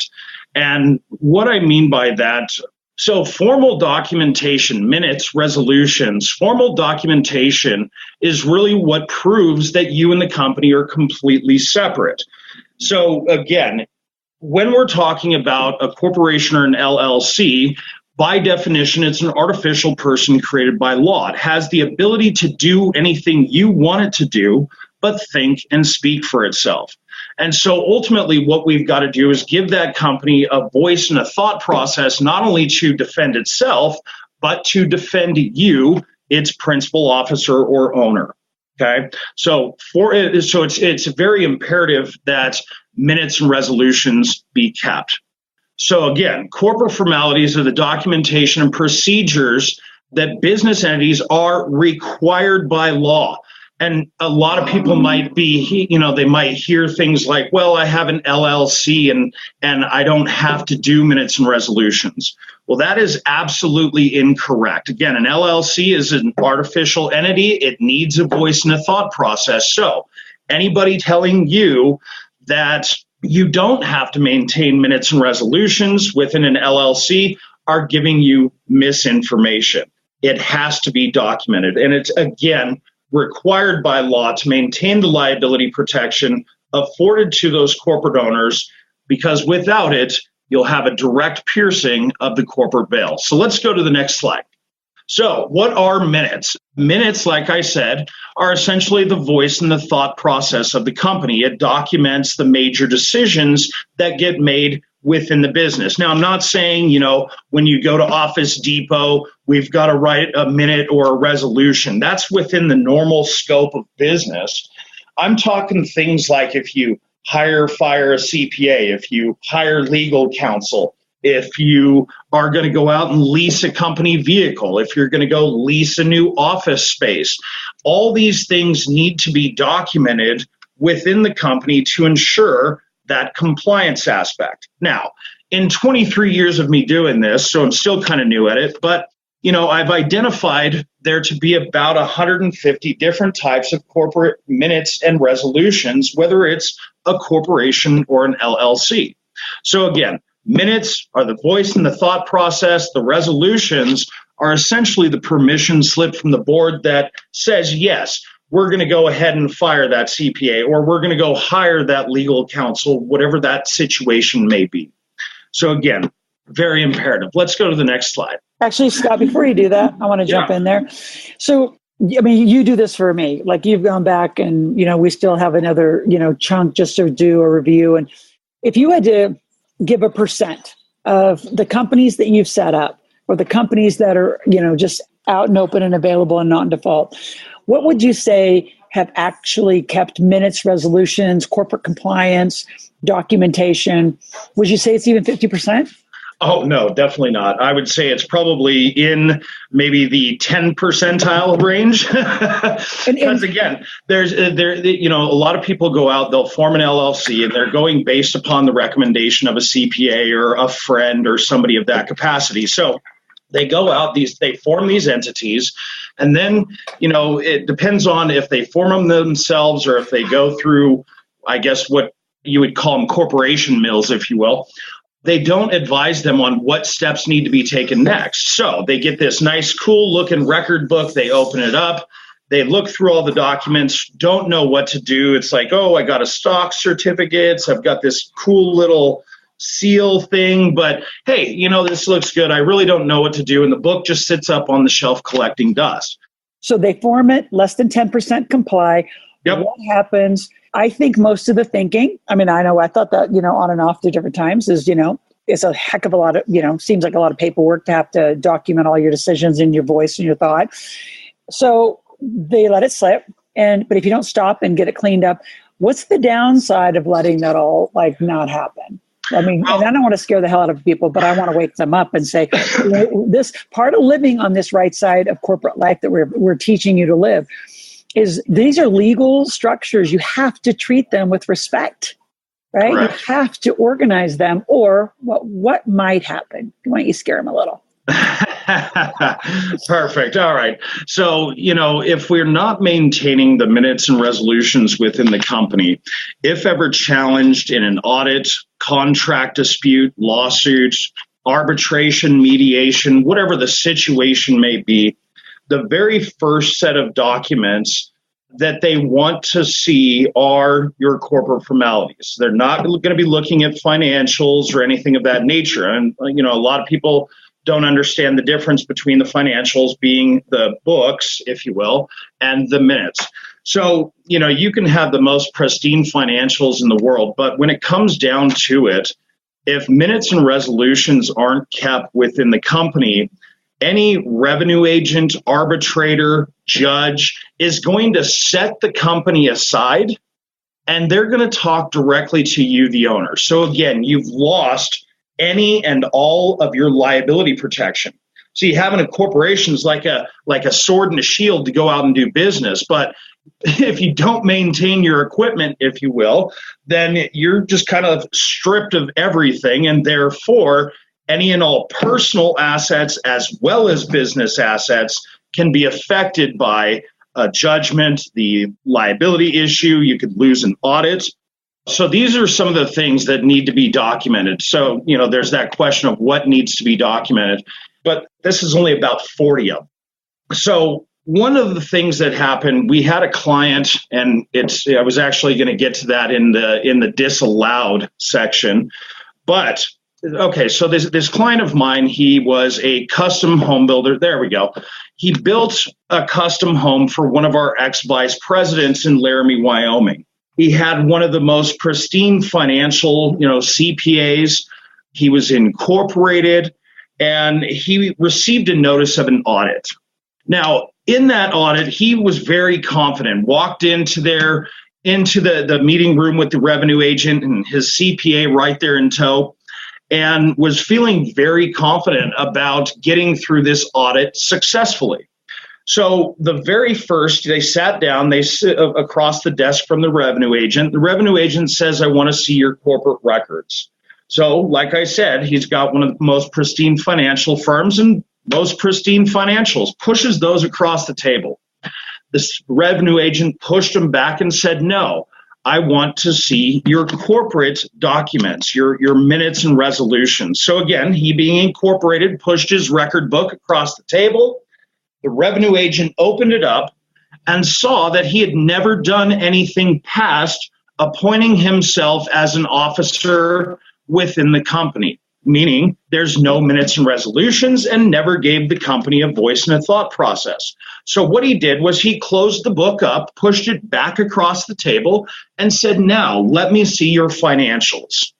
Now, again, they were auditing a period of 3 years. The revenue agent, knowing that we're not going to treat this company as a incorporated company, we're going to treat it more as a sole proprietor, started going through the corporate return and identified over $250,000 in deductions that he had taken within the business, again, thinking, I'm incorporated. They disallowed him and penalized him to the tune of 45%. So minutes and resolutions are very imperative when it comes to having an LLC, having a corporation, or an S Corp. Now, that's one of the things I've seen as well, is there's these huge asset protection structures put in play. We're utilizing multiple different corporations, but those asset protection structures can actually be set aside because of the lack of formalities. So again, we can have the best asset protection structure in place, but if we're not treating it like a separate company, it's going to be deemed an alter ego of you and set aside. All right. So there you have it. So now, so here's the deal. I wouldn't say you need to do them yourself. You don't know how. I do know how. I don't want to. And there is a cool software. So we're not going to go into the details of that, but there is a cool software that Scott and the team have put together that actually can help you manage it. So when you do a transaction, like hire a new person or hire a contractor or get a new insurance policy, it will actually pop up the list of all the things you have to do. Thank you, the Interactive Business Guide. So Yep. Super cool. We went through some beta, we went some early bumps in this thing, but it's the best I've seen in the space that allows like the checklist. And again, you say, God, there's a lot of checklists. Well, because no one's ever put all this together. So talk a little bit about what else other than what I've already said this Interactive Business Guide does, Scott. Yeah, definitely. Well, yeah. So not only does it help maintain the minutes and the resolutions, and the beautiful thing about it is you have to just answer about 5 or 6 different questions, depending upon what the transaction is. But you answer 5 or 6 different questions. You put who the signing secretary is going to be, put the date of the decision being made, so on and so forth, and it automatically generates a minute or the minutes and the resolutions. So all you've got to do is print it out, sign it, and put it in whatever you have for your corporate records. Now, there's the other side of it, which, a lot of people ask the question, well, when is it required to keep minutes and resolutions? And the beautiful part about this is we have put in what we call our guidance or our navigation system. Now, on a monthly basis, this program actually tells you these are the items that you need to handle throughout the course of each month. So if you have multiple entities working together, let's say you've got, a management company and a real estate company, or, a consulting company and a marketing and advertising company, there's certain transactions that have to happen between those companies on a monthly or quarterly basis. And so based upon your business, it will actually trigger you every month to say, these are the tasks that need to be handled. And if it requires a resolution, it will actually bring you right back out of the navigation system into the compliance side of Interactive Business Guide. And it will allow you to write the resolution based upon that transaction. So it's a beautiful program. There's the reason we created it was because there was nothing out there like this. And yes, Laura, we did hit a few road bumps or, bumps there, but we've worked those out, and we're actually just expanding on the amount of documentation that is in the platform. Awesome. So again, those of you, you'll be meeting with your strategist. So again, the number is 775-588-9200. If you haven't been assigned to anyone, just call in and say, I haven't been. If you have, stay with that person. Their goal, again, is to guide you. They will also be guiding you to Scott. Those of you who have not talked to Scott, not talked to his team, our team can, speak and help you through it. But if you want some specific questions with Scott, I want you to start asking some questions inside of the chat, And Scott, are we complete for this moment, or do you want to wrap up? Yeah, we are good. All right. So if you want to stay on, we're going to add to this conversation and again, bring on another expert who's my personal CPA, CFO, friend, partner. We all three actually do quite a bit together, Weldon, Scott, and I. And so let's bring Weldon on. He's texted me that he's on. He's out there somewhere. So while they're doing that, if there's any questions out there, you want to know more about the software and how to get in. So it's an initial subscription, and then it's a monthly subscription. Can you be audited in a closed corporation? So, Scott, you want to speak to that a little bit? I'll ask you some of the questions while we wait for Weldon to call back in. Yeah, a corporation is a corporation is a corporation. Again, it just like an individual, if they call for an audit, they're going to call for an audit. And, it's the IRS. So we definitely have to comply with them. Obviously, they can call it something else, evading taxes, so on and so forth. But yeah, you most certainly can get audited within a closed corporation. And ultimately, you need to be prepared for that. So again, minutes, resolutions, I don't care if it's just you as the only person, you have to give that company a voice and a thought process. Not all corporations have boards of directors of, 15 people sitting around a big conference table. I know it might just be you sitting there and asking that question of, well, do I really have to maintain minutes and resolutions? If it's just me, I have to sit down and talk to myself. Yeah, you do. Okay. IRS will ask for corporate minutes to determine if you are separate before they begin the audit. Right. Like I said, that was the very first thing that the revenue agent wanted to see were the corporate minutes to determine whether or not he should in fact treat it as a separate entity or simply just an alter ego of that individual. And so that's where that audit blew up in the contractor's face. Okay. And I think I hear Weldon. Weldon, are you here? I am. All right. So I'm actually going to start your introduction, Weldon. I've given you a great introduction. So again, this is Weldon Wellstein, and we're going to take the entity conversation now into a tax conversation. So I'm going to start with the first question that's out on the chat, which I think is interesting. I think people give it too much energy because they don't understand a bigger strategy, but it's the famous question of, don't C Corps have double taxation? Yeah, if you're using them incorrectly, of course they're going to have double taxation. But that's kind of the key thing about using them correctly or incorrectly. If you do pull money out as a dividend from a C corporation, you've already paid tax on it in the C corporation, and yes, you will pay tax on it again in your on your personal return. But why would you need to pull money out from the C corporation when this company can offer vehicles to you? You can have your business meetings or business, your annual meetings, and keep them compliant with your corporate compliance.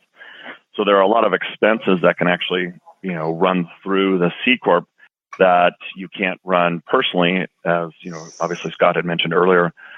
So you don't really need to bring it out. So no. So yes, okay. Technically there is double taxation, but if you're paying double tax on your C corporation, you're not doing it correct. All right. So do you have a slide deck, or do you just want to go for you about 10, 15 minutes? I think talk about deductions, how to do them. Scott's kind of informed about the different kinds of corporations. No, so kind of building on Scott's thing, as far as the asset protection and the corporate compliance, obviously my gist on the entities is usually I'm utilizing them for the best tax purposes. And then the bonus is you get the asset protection along with it.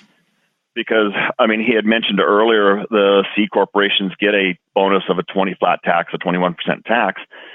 So, utilizing that type of structure to level your income over to keep it down to that 20% versus just having to run everything personally, because a lot of people are, they'll have a W-2 and then maybe a small, sole proprietor or something like that, jumps their tax rate up in 24% to 32%.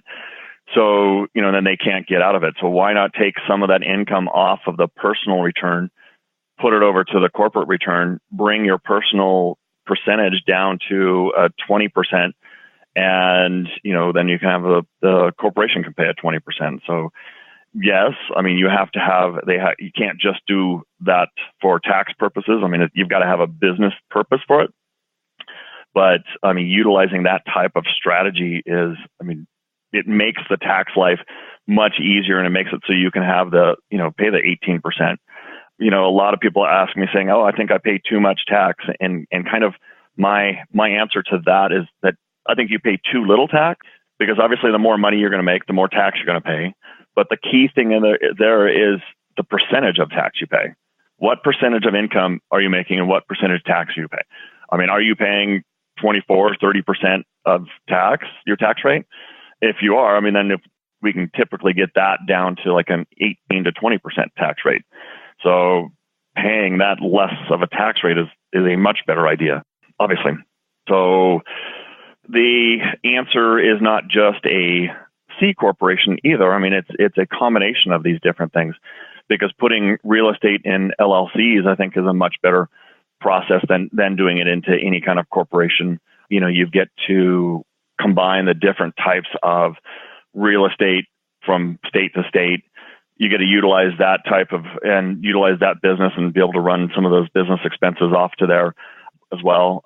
One of the things with the real estate, you've got the ability to potentially be treated as a real estate professional by having a real estate business. I mean, as long as you meet the hour requirements.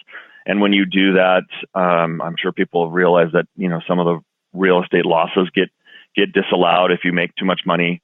But if you can run it through a separate business, then we can potentially get around those losses. Leasing, doing some kind of leasing your home office from your business. I mean, there's options of that. You have a little concern with a self-rental on that, but I mean, we can potentially move some income off of the business into the personal that maybe you have some disallowed losses. And so we can go on and on, because there's all these different types of transactions to move and to reevaluate and rethink about, and it's each person or each circumstance is really kind of different depending on what, the tax goals or the, financial goals are. And so, that's where we take and utilize the different entities that Scott's created. We'll take those, we'll implement those with the tax strategy. And one of the things, when you first start doing this tax strategy, everybody wants to get it done really quick and have everything done. But, you have to realize that your financial life and your tax life, they're constantly changing. So right now you might have this certain structure in place, but I mean, you've got to realize that structure either might grow or shrink by the end of the year, because maybe you've decided to expand to oil and gas and we want to keep that separate, or maybe you want to do real estate in a different state or something of that nature. And so that's going to dictate additional entities, and then we integrate that into the tax strategies that you have. I want to just jump in and do some questions. So, a lot of people either try to do their own taxes, they do their, TurboTax or H&R Block, or, folks, there's just, maybe only looking at a few deductions. What do you think the biggest misconceptions are? Like you just mentioned home office, that kind of triggered it, because I think the thing also I hear people doing is maybe that was something like 10 or 15 years ago, but they don't stay current, right? So folks like you are critical, because I would challenge most people that are listening, right, and just accountants, they just filed W-2, 1040 easy tax returns. They're not doing the stuff we're talking about. So where do you think are the biggest misconceptions and mistakes that just people constantly, you see them constantly doing wrong? Yeah, I mean, it probably one of the biggest things is they don't think about the deductions and what is deductible, or they don't deduct what they potentially can. And probably one of the biggest questions I have is if there's a list of things that I can deduct. And there really isn't a list of things that you can deduct. The requirements is it has to be ordinary and necessary. And the primary purpose for that expense has to be for the business and the attempt to produce income. So that gives you a very wide range of what can be deductible. Now, there are obviously some certain restrictions of things that they have said, no, you cannot deduct this, which, obviously we can't do that. But as far as anything else, I mean, if it is directly related to that business and it's ordinary and necessary, then yeah, you can deduct it. And I think that's a lot of people miss that and don't think about that. And I mean, the other part of what I really think a lot of people miss is the initial bookkeeping part of it. It's just like the documentation of the entity. You've got to do the bookkeeping on your company, because if you don't do that, and maybe you each day you go out and buy the office a cup of coffee, or you buy coffee and you just throw that receipt away. If you total that number up over the whole year, it can be a very large dollar amount that, it would be technically deductible. And so probably the other thing is, there's a lot of the tax code changes constantly, and is, obviously changed very significantly for the 18-year. If everybody's done their tax return, the simplification of the tax code was a big farce. The original tax return in 17 was about 2 pages, and now that same tax return is up to 7 pages. And so the simplicity of that has really gone out the window. It is technically on a postcard size, I guess, because the page 1 and 2 of the return are only a half page each.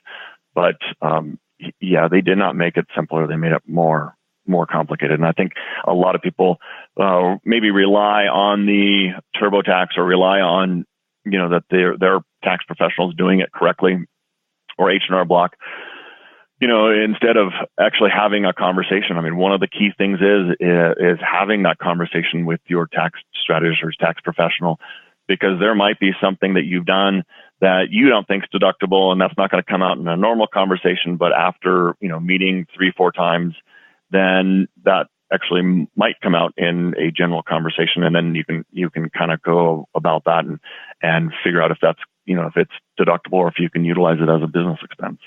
And I think probably not utilizing, one of the key things, the entity structuring. A lot of people, they don't have their entity structured right, or not maintaining them correctly. To reiterate what Scott happened.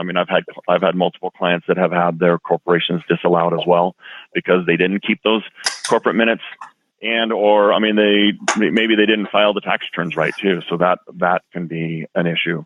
And the same thing with a company. Technically, you do have. You have to file your tax returns. So make sure you do file your tax returns. Then I want to ask some questions specific to some folks I know that are out there, but not asking the questions. So there's a client in the state of California that has one S Corp for the business and one LLC, but has millions and millions of dollars, a lot of cash, and a lot of intellectual property. What could be a structure, just knowing a few of those variables? Could they have a Nevada, Wyoming C Corp? And what does multiple year-end strategies do for people like that?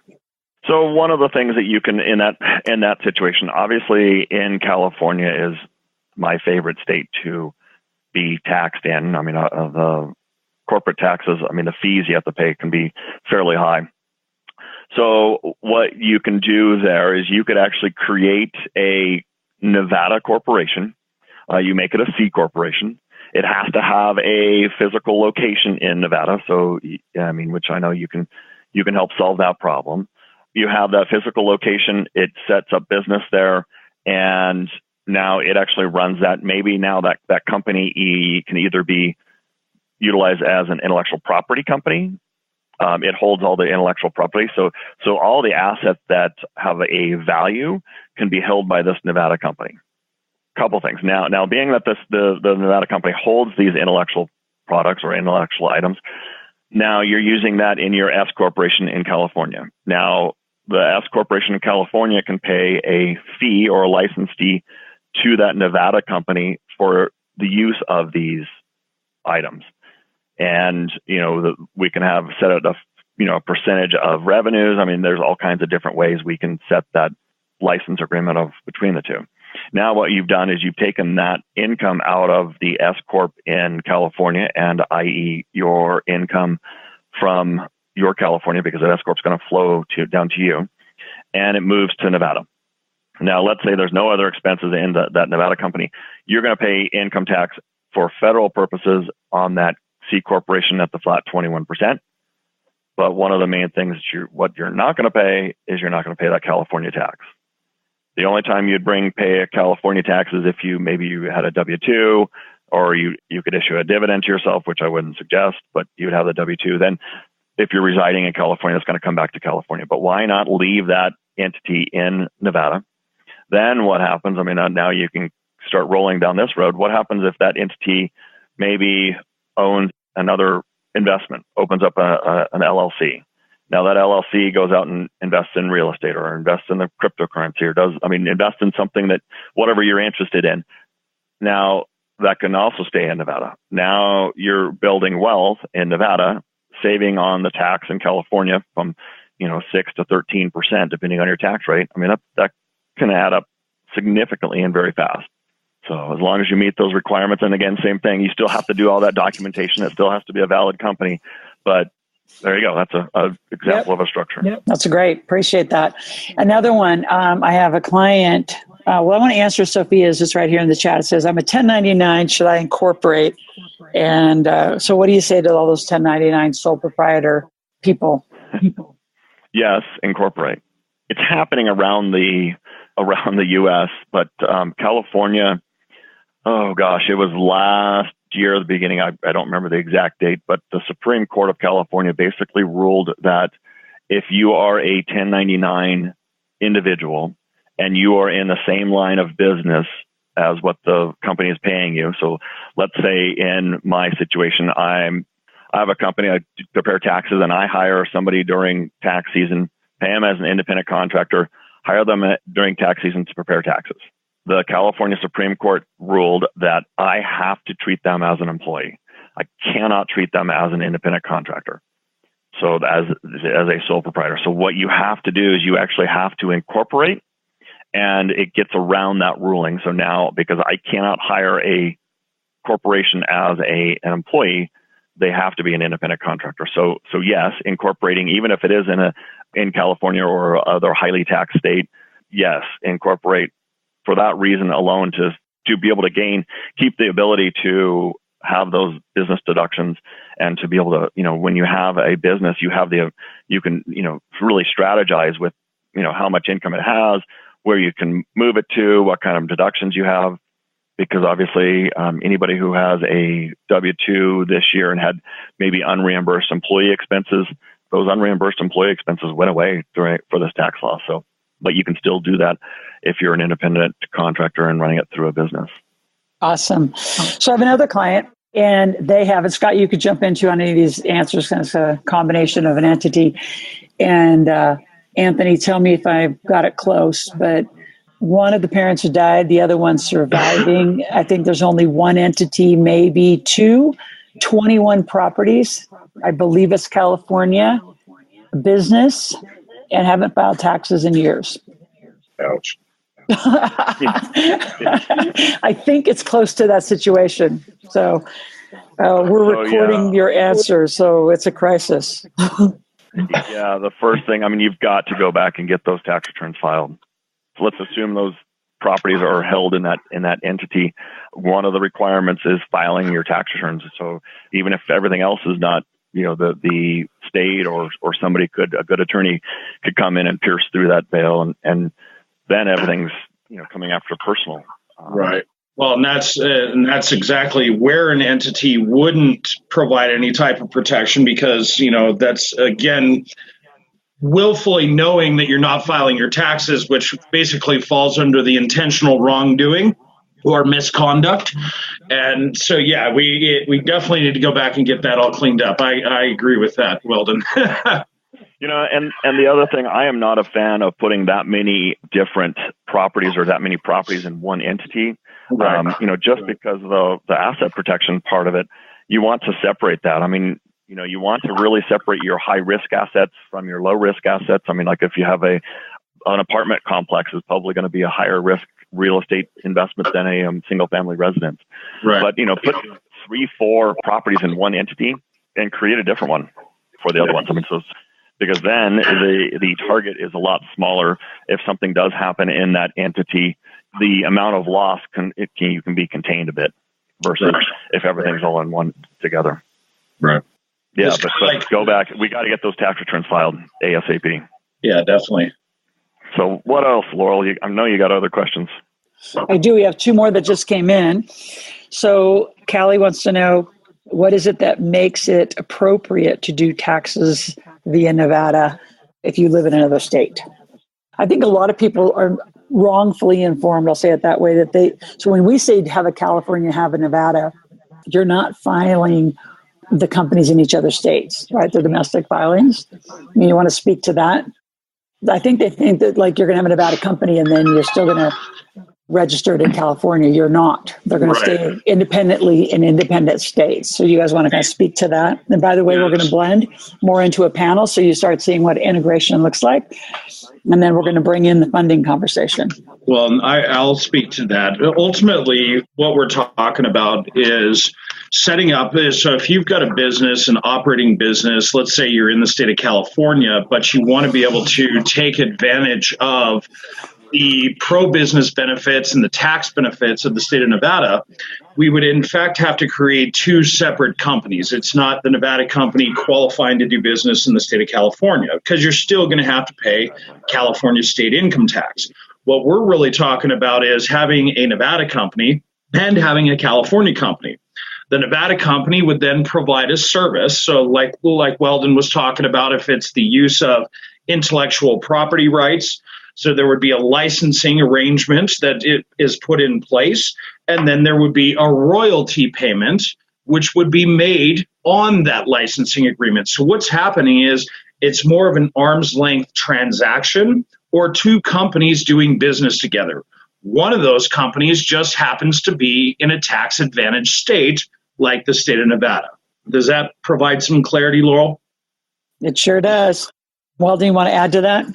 Yeah, I mean, and it's the same thing. I mean, it is. And you basically just have to keep everything absolutely separate. You do have to have a physical location, because if you are in California, the California government's going to potentially look at that and saying, hey, this really needs to be taxed in California, not in Nevada. So, making sure all your documentation's, correct. You set up the bank account from a Nevada branch, so you really are have a physical presence. I think that's really key. Awesome. So here's another one. If you have, from Adrian, for a W-2 income, is it a good idea to go exempt versus a certain amount of time? So, I mean, one of the things of going exempt, what I would assume is not having anything withheld out of the That's paycheck. What I'm assuming, yeah. And as a W-2 employee, no, I don't think that really makes any kind of difference. One of the strategies that we utilize when you're doing an S corporation and you pay yourself a salary. So as a W-2 employee or a W-2 individual, no matter when you pay that tax, it is treated as being paid equally throughout the whole year. So you can pay that tax on the very last day, write yourself a paycheck December 31st, pay the tax January 15th. It is treated as being paid throughout the whole year. Whereas if you just send them a check for that, it is treated as being paid on January 15th. So they can charge you penalties and interest on not making those estimated tax payments correctly. Yeah. I don't think as a normal W-2 going exempt or not is really relevant. Okay. This is Brian. Let me speak to that question a little bit. And oftentimes in a lot of sales positions, if someone has a really good sales month, they're usually, and this could be good advice or bad advice, but on that question, I think specifically it could be to that in those good months, sometimes they tell them, hey, in one check or two checks, you're going to have a really good commission on this to make it so you're not taxed as much. So basically manipulating the amount of taxes being withheld. Yeah, if you've got a connection with your HR department, I mean, they should be able to manipulate that number. You're technically not exempt. So what you have to do is if you want to do that, you would have to say you're going to put 12, 15 exemptions. One of the responsibilities of a company when you do put that many number of exemptions is they're supposed to report you to the IRS saying that this person is putting that many exemptions. Most people don't do that, but larger sales companies, larger payroll companies might. But no, that is a possibility. You can do that to manipulate if you have a large month or a big month to kind of reduce the amount of withholding. Okay, perfect. Thank you. And then I have another question. Can I have a Nevada corporation and a business in Georgia for real estate? Weldon, you want to attack that? Can you have a Nevada corporation and then another corporation or another LLC in Georgia that holds real estate? Absolutely. You can have 1,000 companies in different states. There's no really limit on how many companies you can actually have. The only concern that you're going to come about is if it can be considered a control group. And so that's kind of an ownership issue, and it depends on what it's doing. But you can most definitely have multiple entities. Yeah. Well, and that can also be great for the asset protection components in addition to the ability to upstream some of the income, right? So, let's say, for instance, a Nevada Corp has some cash that you're going to go buy some real estate with. Well, we need the cash in Georgia. So the Nevada Corporation could, in fact, lend the money to the Georgia company. And then just as any other bank would do, they would secure a lien against the asset or a deed of trust against that asset or that real estate. So it provides for a great asset protection tool. But just like any other lender is going to want, when you make money off of the property in Georgia, that money is going to have to be paid back to the lender, being the Nevada company. So again, we not only are getting the tax benefits, but we're getting the asset protection components along with it. Awesome. So how would you structure and hold real estate notes? If you have a real estate note business, would that be S Corp, LLC, C Corp? Is there some structure to that?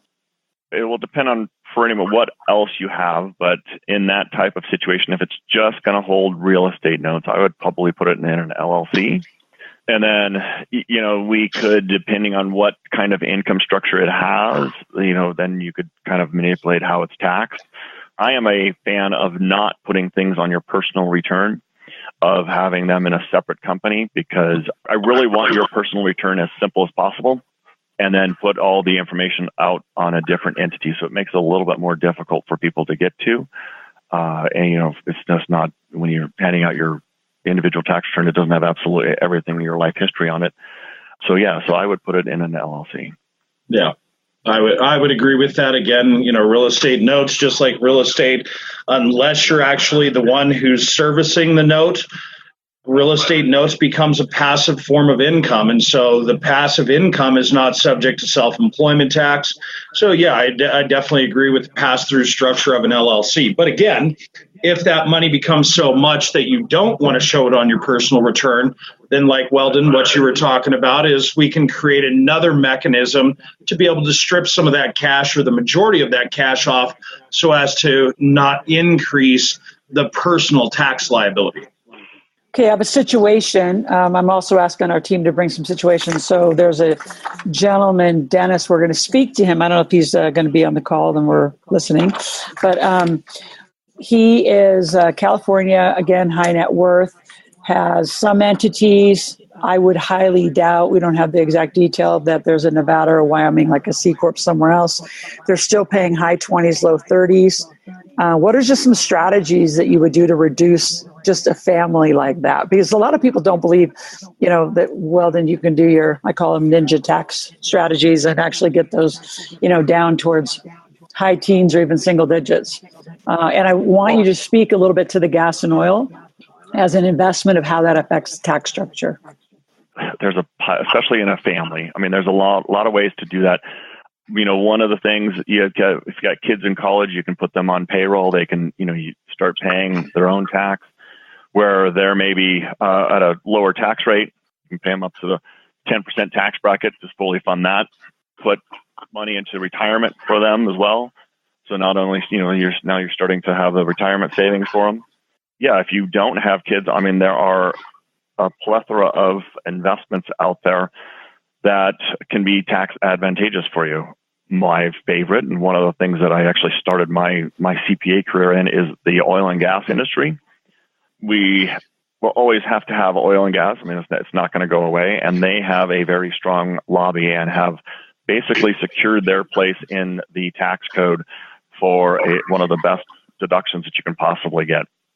So what they do is, when you invest money with them, and depending on the situation, but typically 75 to 85% of that initial investment will go towards these things called intangible drilling costs. So it's the initial cost to set up and drill that well. And you can have a choice. You can deduct those all in the first year of your investment, or you can take them and you can divide them out over 3 years. Now, this deduction you get is an ordinary deduction. It's basically treated as a business expense on your personal return. So you get to offset any kind of W-2 income. It affects your AMT. There's no AMT preference for it. And so great deduction. Now, the income you earn on the oil and gas is considered a royalty on it. So when that income comes back into you, it doesn't get taxed the same way that that deduction was deducted. So it gets taxed as a passive income. So it can offset other losses, real estate losses or any other passive losses that may be disallowed. So because it is treated as a passive income. So you get the best deduction and the best income treatment for that investment. And what could it do? I mean, if you've seen results for a lot of the families that we work with where you're doing, the tax strategies. I mean, can it take somebody from a 50 into the teens? Can it take them from 30s into the teens and really reduce those taxes? I mean, how significant is it? Just so they're really hearing out here that this needs to be evaluated. If you take $100,000 and invest it, and let's just use 75, you actually get a $75,000 tax deduction on that. So it can take you from 20% down to 0%. I mean, it can be a huge deduction. Depending on what your income level is, but yeah, it can drop a major amount. Awesome. What other questions? You have to be accredited to get into oil and gas investing. Yes. Yeah, you do. I have another woman, Pam. Hi, Pam. She's in our big table. If I have oil royalties from family heritage, is there a way to have expenses against those royalties? If they were inherited, depending on what type of royalties they were, intangible drilling cost is probably already taken out, but there is some depletion that you can take. So potentially, yes, we'd have to look at it to make sure. All right. Anything else you two want to just complete for this moment? And again, those of you out that are listening, 775-588-9200, call for your strategist. Talk about your gap analysis. If any of this now entity and tax conversation kind of reignites, even if you've already had a call back in. And the other thing we want to offer are some makeovers. So when the team is on, we typically like to do makeovers. A lot of you guys get scared because, yes, there are a lot of people that are going to watch your life live on stream. The way that it is, you physically won't have your face on. We put up an iPad, and I basically will be writing on an iPad your gap analysis. I'll be asking you questions, you answer. I can invite. So given who you are, I'll invite the team back to a call this afternoon or tomorrow. So if you want to make over and we feel you'll be some good learning for what we're doing, then that's kind of how it occurs. Just so some of you have said, I'm interested, but not in front of everyone. So it is a little like living out loud here, but it's just an iPad and you telling me where your baseline is, where you're, where you want. And then we do some brainstorming on what are your possibilities to increase income and shift your asset structure. Okay. So if you want one, call back into the office.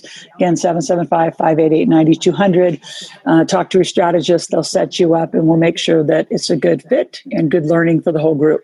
Okay. So if you want that, call right in. And Scott and Weldon, is there anything you want to say to be complete for this moment with the group? Yeah, the only thing I would say is get involved in the conversation, ask questions. It's your tax and asset protection that you're talking about here. So ask questions and get involved. Awesome. Well, I appreciate both of you. Thank you so much.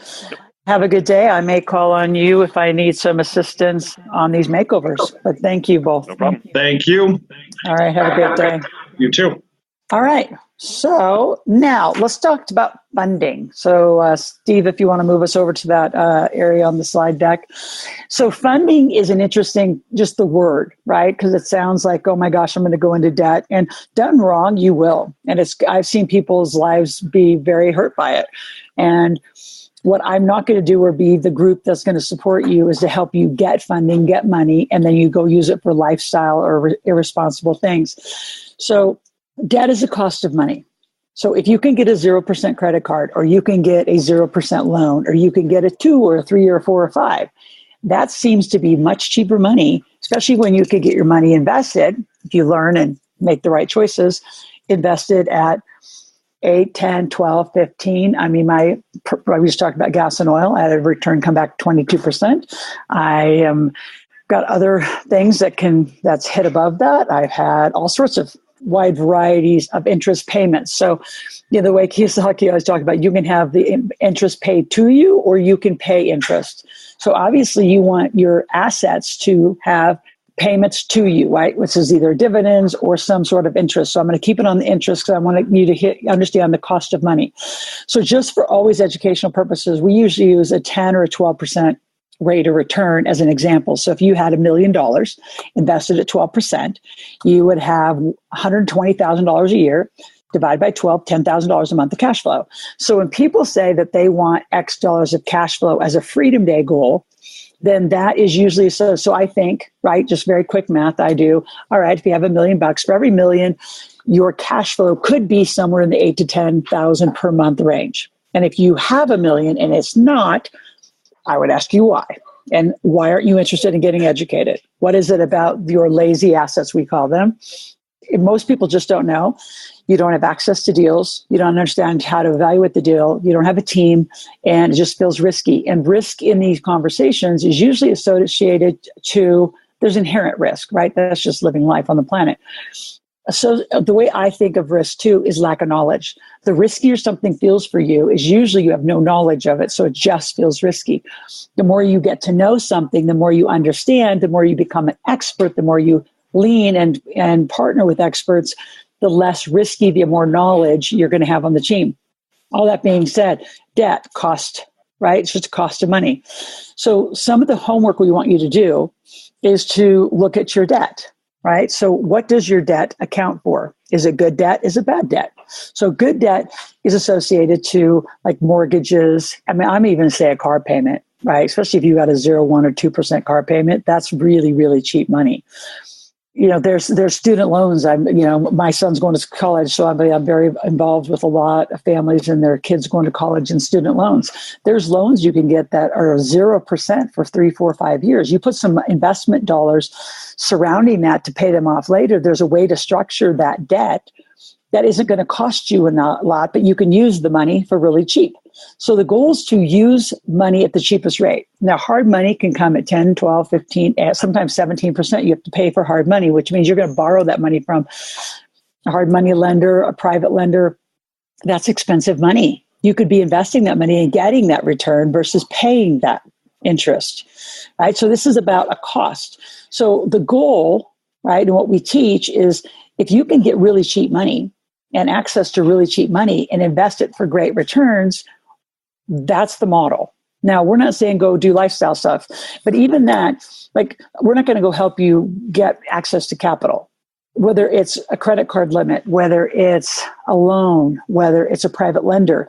Like, you start doing that and you don't manage it with enormous respect, you're going to kill yourself. You're going to kill yourself financially. So I'll give you an example of somebody who did it wrong, right? Great table member, super smart. We thought so, and then got tangled with some of the interesting partners outside of the community, and it got it tangled up. So he actually qualified for $120,000 of 0% credit cards. Now, those usually last around 21 months, right? And then you got to cycle them down, and you got to really be managed. There's a way to manage that properly. The business was a fix and flip real estate business, perfect business for 0% credit cards, because you take those cards, you go to Home Depot, Lowe's, wherever you're going to go meet to your, go get your supplies, buy the appliances, whatever you want to do, fix up the house, flip the house, pay off all the loans, keep the profit, go again. That's a smart way to do it. Now, here's what this group did. They got the 120, they spent it, they made their profits, they used all of the money to go again. And I think they did it 2 or 3 times, but by the time they were done, they were $120,000 in debt because they didn't pay down any of the cards. Now those cards jump up in interest payments. Now the little group of guys, that one guy's liable for the cards, but the partnerships break up. So one guy, it's just a disaster. So the only way I support doing it is if you are highly coached, right? Not only by, us, but by the folks who do this with you, because there's a very smart way to do it, to use zero. Like, last I checked, zero is zero. It's free, right? And a lot of fix and flip guys, a lot of people who flip houses use hard money, and it's expensive money when you could do it this way. So that's one example. Another example is inventories. I have people who do jewelry, chiropractors who want supplements, naturopaths who want supplements, tons of CBD companies where they need to front face some inventories. That's a great use of that. That's 0%, right? So again, having access to money is critical as a wealth builder. Now, whether you use it or not, like I had a woman just the other day, she qualified for $150,000. She got it. And she's like, oh, what am I going to do with it? I said, we looked at her business. She had the software. She had a website, kind of had everything she needed for that moment. I said, just put them in a safe, keep them. You have access. And if you ever need them, you're not going to run around with your hair on fire going, oh my God, I need money. Because the worst time to try to get money like that is when you need it desperately. So this is about getting planned, getting strategic, getting organized, getting ready, and using it very, very properly. So all that being said, we have a partner, Platinum Financing. They're extraordinary. I love Deb and Bruce. And they can't join us today, but we have an awesome video that I'm going to have Steve tee up. And here we go. Hi, everyone. My name is Bruce Mack. I'm a licensed financial advisor, a business consultant, and speaker, as well as an author. And Laurel's invited me to take a couple of minutes to share with you how we can get you guys phenomenal funding so you can propel your business forward, because truly that's what it's all about. The ability to be able to forecast, the ability to be able to get untold sums of money. That's what we do, and that's what we're going to be talking about. So let me jump right into it. You're very lucky because you've got Deborah, my wife, who's up there to speak with each and every one of you and do a confidential consultation, along with Jody, who is eminently capable as well. So without further ado, let's roll. Funding is a must. Funding is a must for anyone who has an existing startup or an existing business that's looking for expansion dollars. You need financing for your business because of several reasons. Well, firstly, because you get more sales with more marketing. You have more leverage to fund your business. You will have more dollars for business expansion. And lastly, having funding means having options, and options is what it's all about. That's what we want to provide for you, is the ability to have more options to take your business to the next level for that forecasting and for your business expansion. Large Lines Unsecured Consumer Financing is our premier program, and our premier program features an average of $75,000 to $80,000 on a first round of funding, as much as $150,000 on a first round of funding, and with a second round of funding up to $250,000. And here's some of the key ingredients. First of all, you get revolving lines of credit at 0% APR for up to 21 months. I need to repeat that. That's 0% APR for up to 21 months, which is outstanding. Now, with that, you can use your 0% for things like balance transfers of that 0%. I'd ask you if I was there in person, but you guys can think about this question.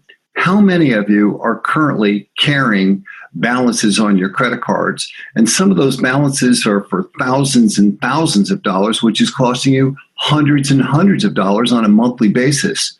Well, the ability to be able to get our funding and to be able to get 0% APR and to do balance transfers over to your new lines of credit, that alone is a compelling case for why you'd want to move forward and get the large lines of funding. Secondly, we have funding that reduces utilization ratios for more liberal approvals. Well, heck, that's a mouthful. Let me dissect that for a moment.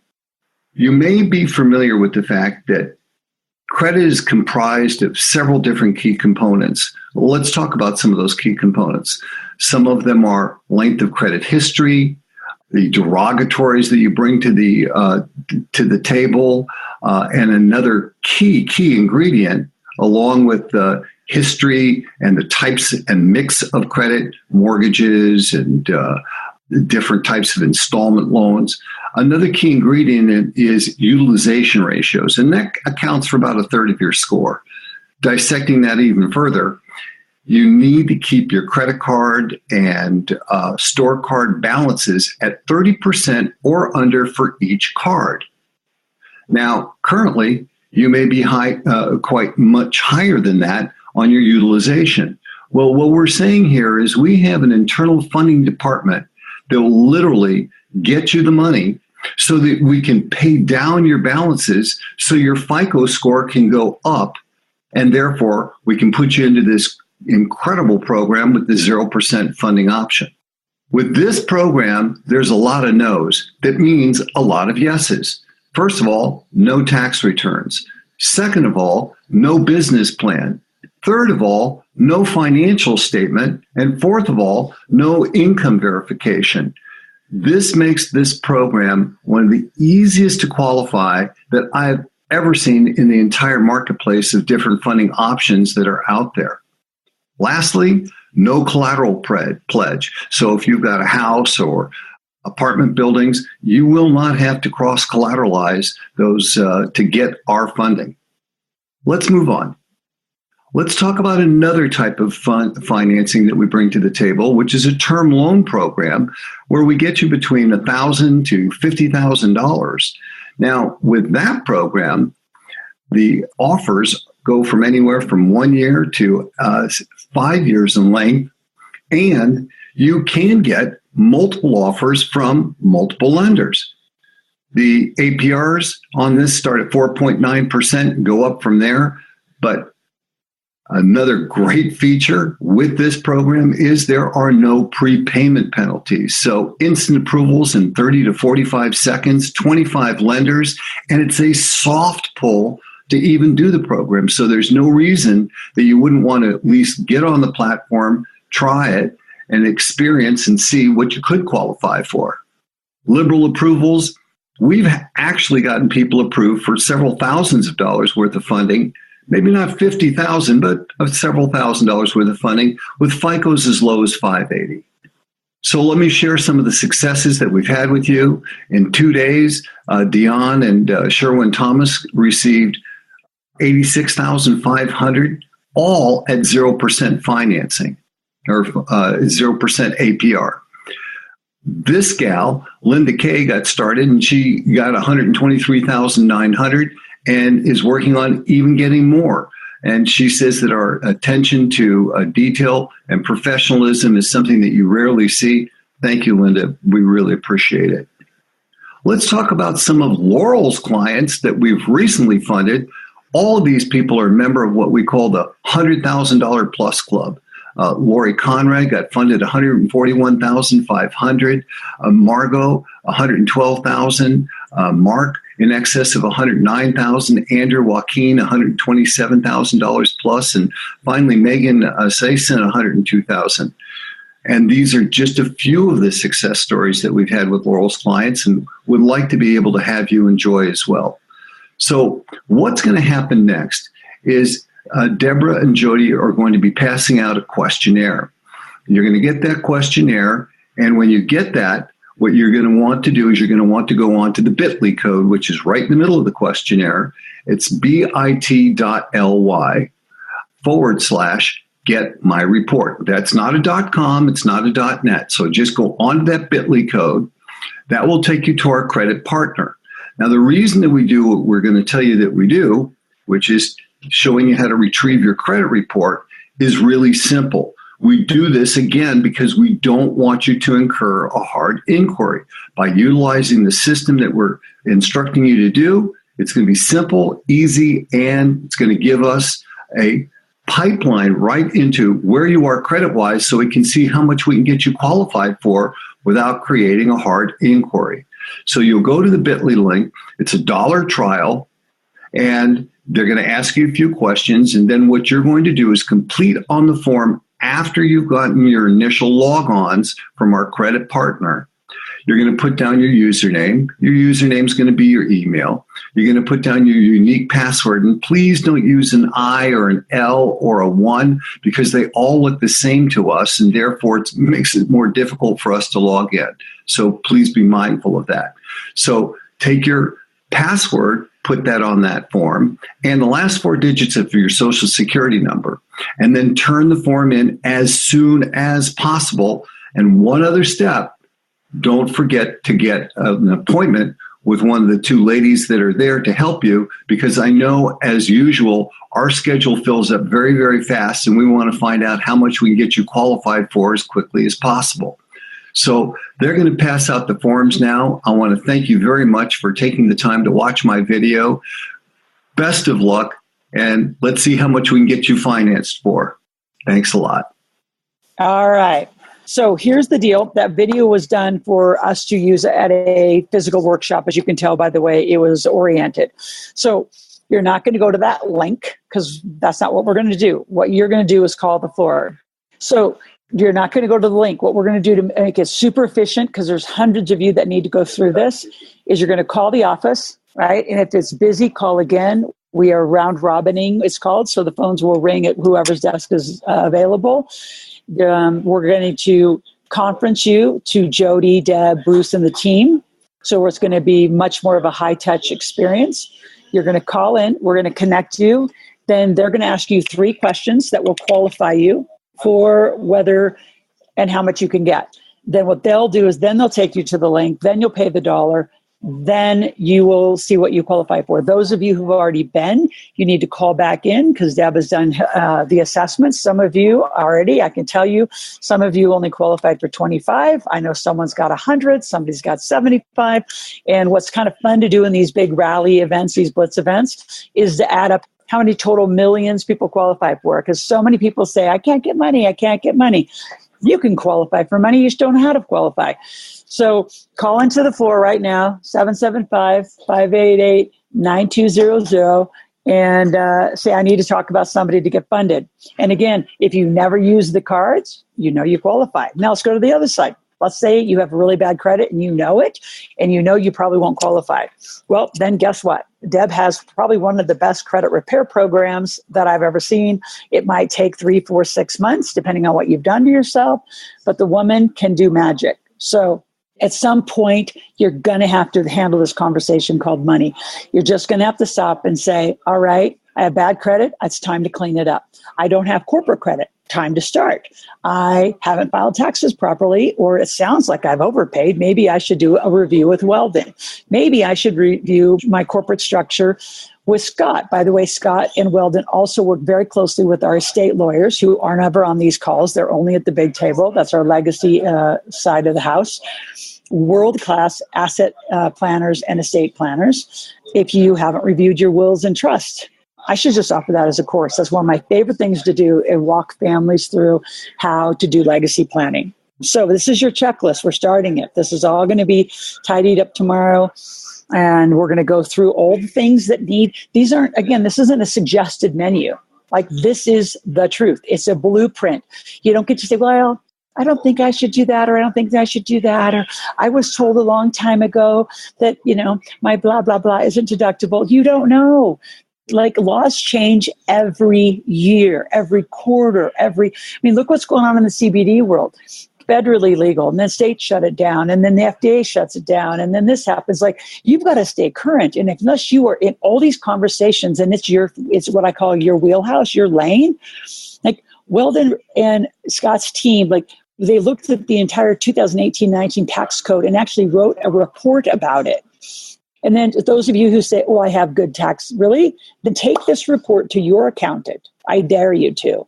And say, have you done all these deductions? I guarantee there's something that you're missing. I have never seen a client walk through here, never, and not have something that they could fix in their tax report, their credit, corporate credit.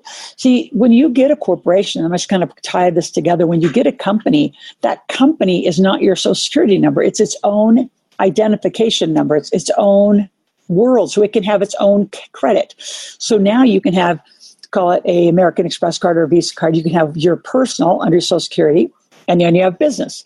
Now, say you open a real estate business, well, then you have another one. Now you have another one. So you have another set of corporate credit, access to money. Then you open another investment company. You go do something else. You do real estate notes. You do, I'm using hemp farms because I just bought a few acres. Maybe you buy an aircraft. Whatever you buy, it's going to be in different companies. So let's just say after, living this corporate life, which is very normal, You have 5 to 10 companies. Well, that's 5 to 10 uses of corporate credit. So when you talk to Deb and the team, this isn't just about you and personal. Honestly, we're going to go straight for the business corporate, because business credit can qualify you for way more money than an individual, because it's against your income of your corporation. I mean, we have clients that actually have $1 million lines with American Express, right? Beyond black cards. Just huge lines of credits with banks, because their ability to make money, to be responsible and respectful of making it, paying it back. I mean, money in the system makes you financially valuable. So having no money in the system, right? So let's just go through this again, where it says corporate credits are bad. It's not bad. So I'm just going to put this back up. Let's talk through it. So I'm like, debt and credit cards aren't bad. They're necessary. So can you imagine, like, and from a bookkeeping standpoint, it's clean. You have an individual card. You have business number 1 card. You have business number 2 card, business number 3 card. Your overall scores are going to go up as long as you use them properly, and as long as you pay them off properly, which, by the way, you do not pay them all off at one time. You always want money in the system. You look financially viable. So, one of my sayings is, if, you can't be responsible with the little you have, you sure in the hell aren't going to get more. So, I mean, we're talking about like multi-millionaires who have access to millions and millions of dollars of credit because of their business savvy, their investment savvy. And you say, well, I'm not that person. Well, welcome to the community. Engage, be in conversations, do something different. There's some of you who would join and think that, we're going to come out and do it for you. We're not. You got to come to these calls. You have to orchestrate the team. We have 4 people completely dedicated to really the customer experience, which means you email them and they do a quick assessment and they get you to the right team member. They're really almost like a concierge, moving you to the right person at the right time, given what you've done to yourself. So our invitation is to join our community, to live corporate life. And you just have to start. If you're really doing it right, you start at 18 years old. You get a corporation, right? We're on the right side. You get an S Corp, C Corp, LLC, limited partnership, trust. Weldon or Scott and those teams will help decide. Then you redo, you really look to what are my tax structure. Coming this afternoon, let's start doing some showcase. We're going to bring in the IRA and the Roth teams. We're going to talk more about how you use these structures to always go on business trips. I'll give you a little insight. If you're in real estate, there's real estate all over the world. Done right with the IRS code, very, very strictly done and organized. You can go out and absolutely write off real estate trips all over the world. You go to South Africa, go on a safari, take some clients, go check out some real estate under the absolute right structure to make sure it's done right. And you checked all the boxes and you documented it right. Freedom Bay is right around the corner. And as you have more and more companies, because you'll have more and more partners, you'll have more and more deals, and you start living this life. And it just happens. So our invitation is to live corporate life. I would just say, what else would you do? Like, once you understand and you see this, what's your choice? You can say, well, it looks like too much work. I'm just going through some of the excuses and stories we hear. You know what? In the beginning, it's not a lot of work. It's different. It's different thinking. You're not going to do the work anyway. Now, could you do the work? Could you go online and get yourself a corporation? $99 incorporate online? Yep. Do you know what you're doing? No. Do you know how to write the corporate minutes? No. Could you learn that too? Yep. Are you an expert? No. So think about, let's use the integration of wealth in the integration of health.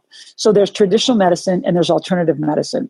So do you take yourself to the doctor and diagnose your own knee and then decide you're going to have your own knee surgery and you're going to be your own anesthesiologist? I mean, you use a team and you trust a team. So what's interesting is you do that in the medical world. Why don't you do it in the health and the wealth and the money world? You need a team. These are experts who have studied their lifetime. That's what they do, and they do it for you. What I've done differently is, instead of them being scattered, segregated, we've integrated them. So you're going to see throughout today and tomorrow how a team is integrated, why you need everyone. Everyone stays in their lane. Everyone works on behalf of the clients. Notice, remember the circle, right? You're in the circle and everyone works for you. See how it really is set up? It's opposite, right? What's set up is completely opposite.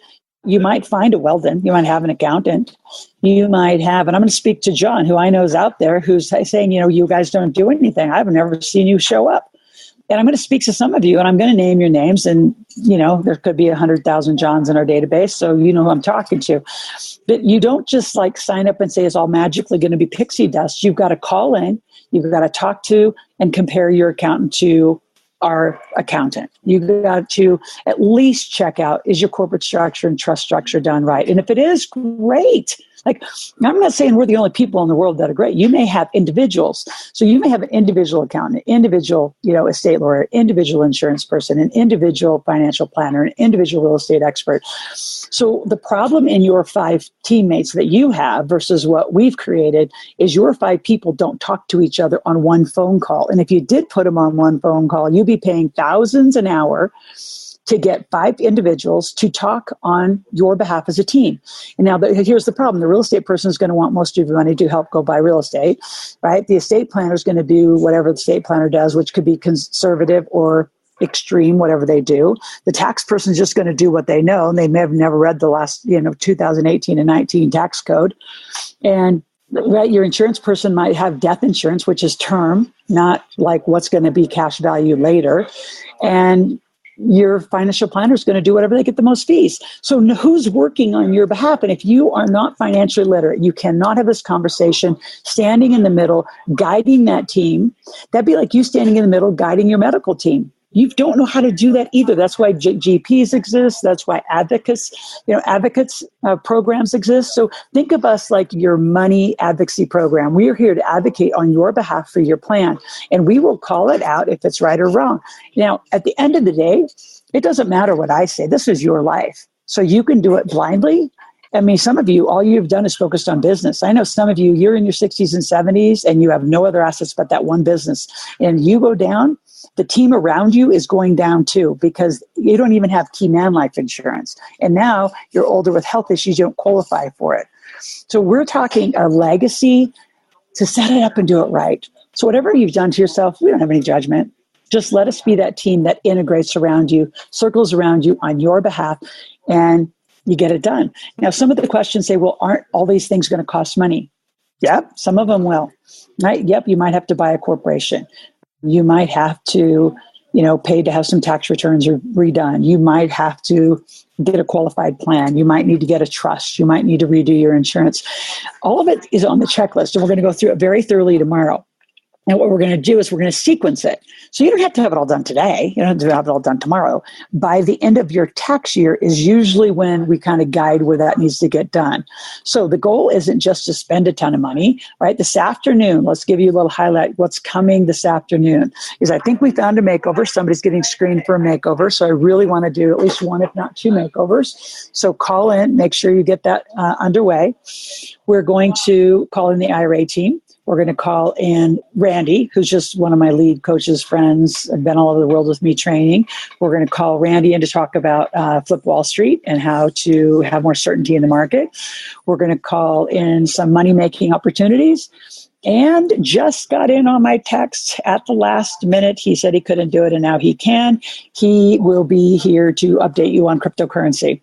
So we will have just 10-year expert, very seasoned expert, who has owned multiple coins.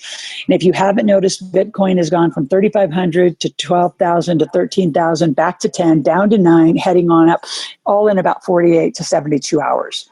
So it is a moving, very dynamic space, and we want to just put your little toe in the water to understand. So today is critical. Tonight we come back together from 4 to 6:30 Pacific, 4 to 6:30, so put it on your calendar. Again, we're recording.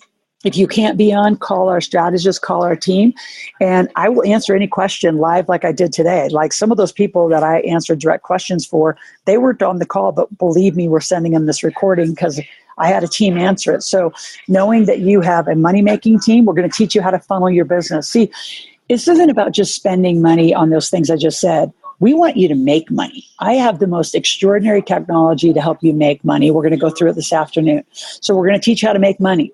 We're going to give you some opportunities for money-making things to do. In fact, Alex is out there. I may jump him back on and he can talk about some of the, the wine stuff that he does. I mean, there's just tons of ways to make money.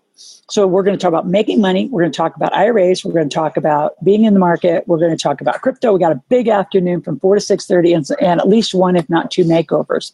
So, and if for some reason you really want to make over and we can't squeeze it in during these times, we will make it happen, around these times. So we're planning a very, very late evening and early morning.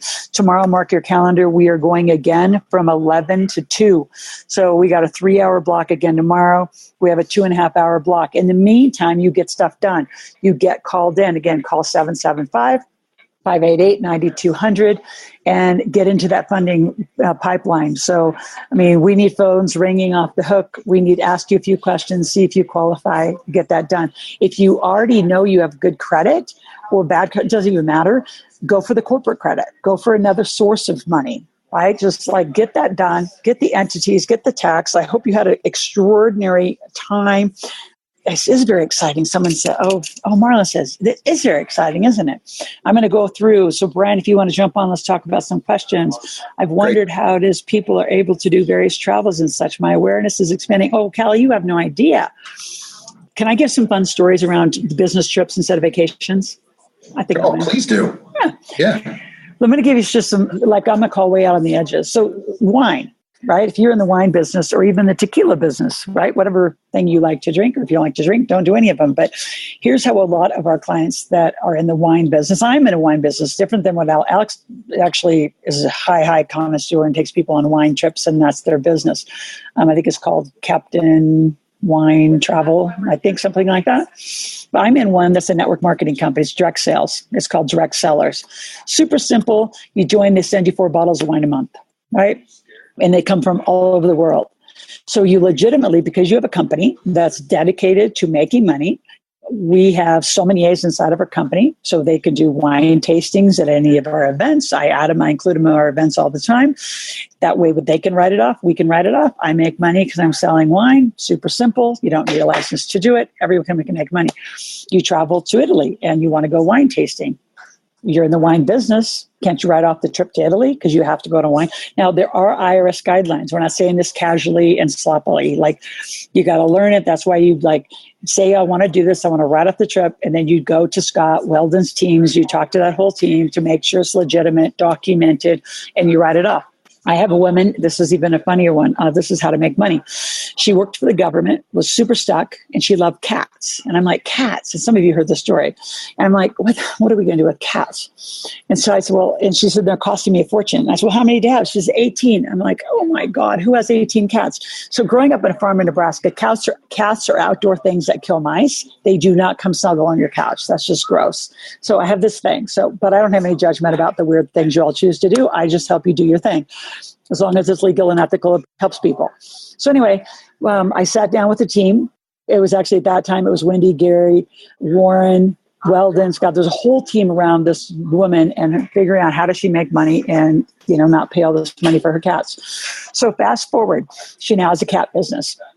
She has 18 cats that all have names and personalities and blogs. They write blogs to each other and the cats talk to each other. Now she's got hundreds of cats all over the world that all have talking to each other personalities. I guess cat people are very obsessed like dog people.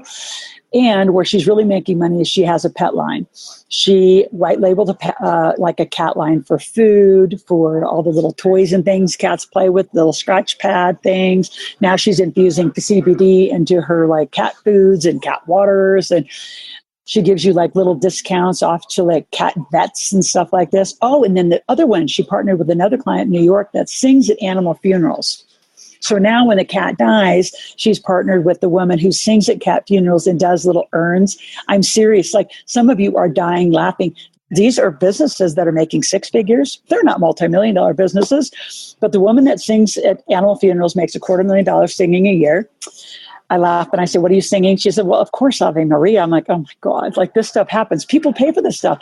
So I share some of these, what I think are extraordinary, interesting stories, because some of you are so caught in your little rule box about how things can be. You could do dog businesses. You could do horse businesses. Last I checked, there's horses all over the world. You could go on a tour. I know my brothers are huge into sheep and pigs and cattle, used to be in cattle, and they would go all over the world looking for the highest genetic research of lambs. I mean, my one brother shipped, sheep from New Zealand back to the United States he sells vials of rams. That ram is the male of a sheep, and he sells high vial genetics of their sperm to across the country. And my God, he makes tons of money.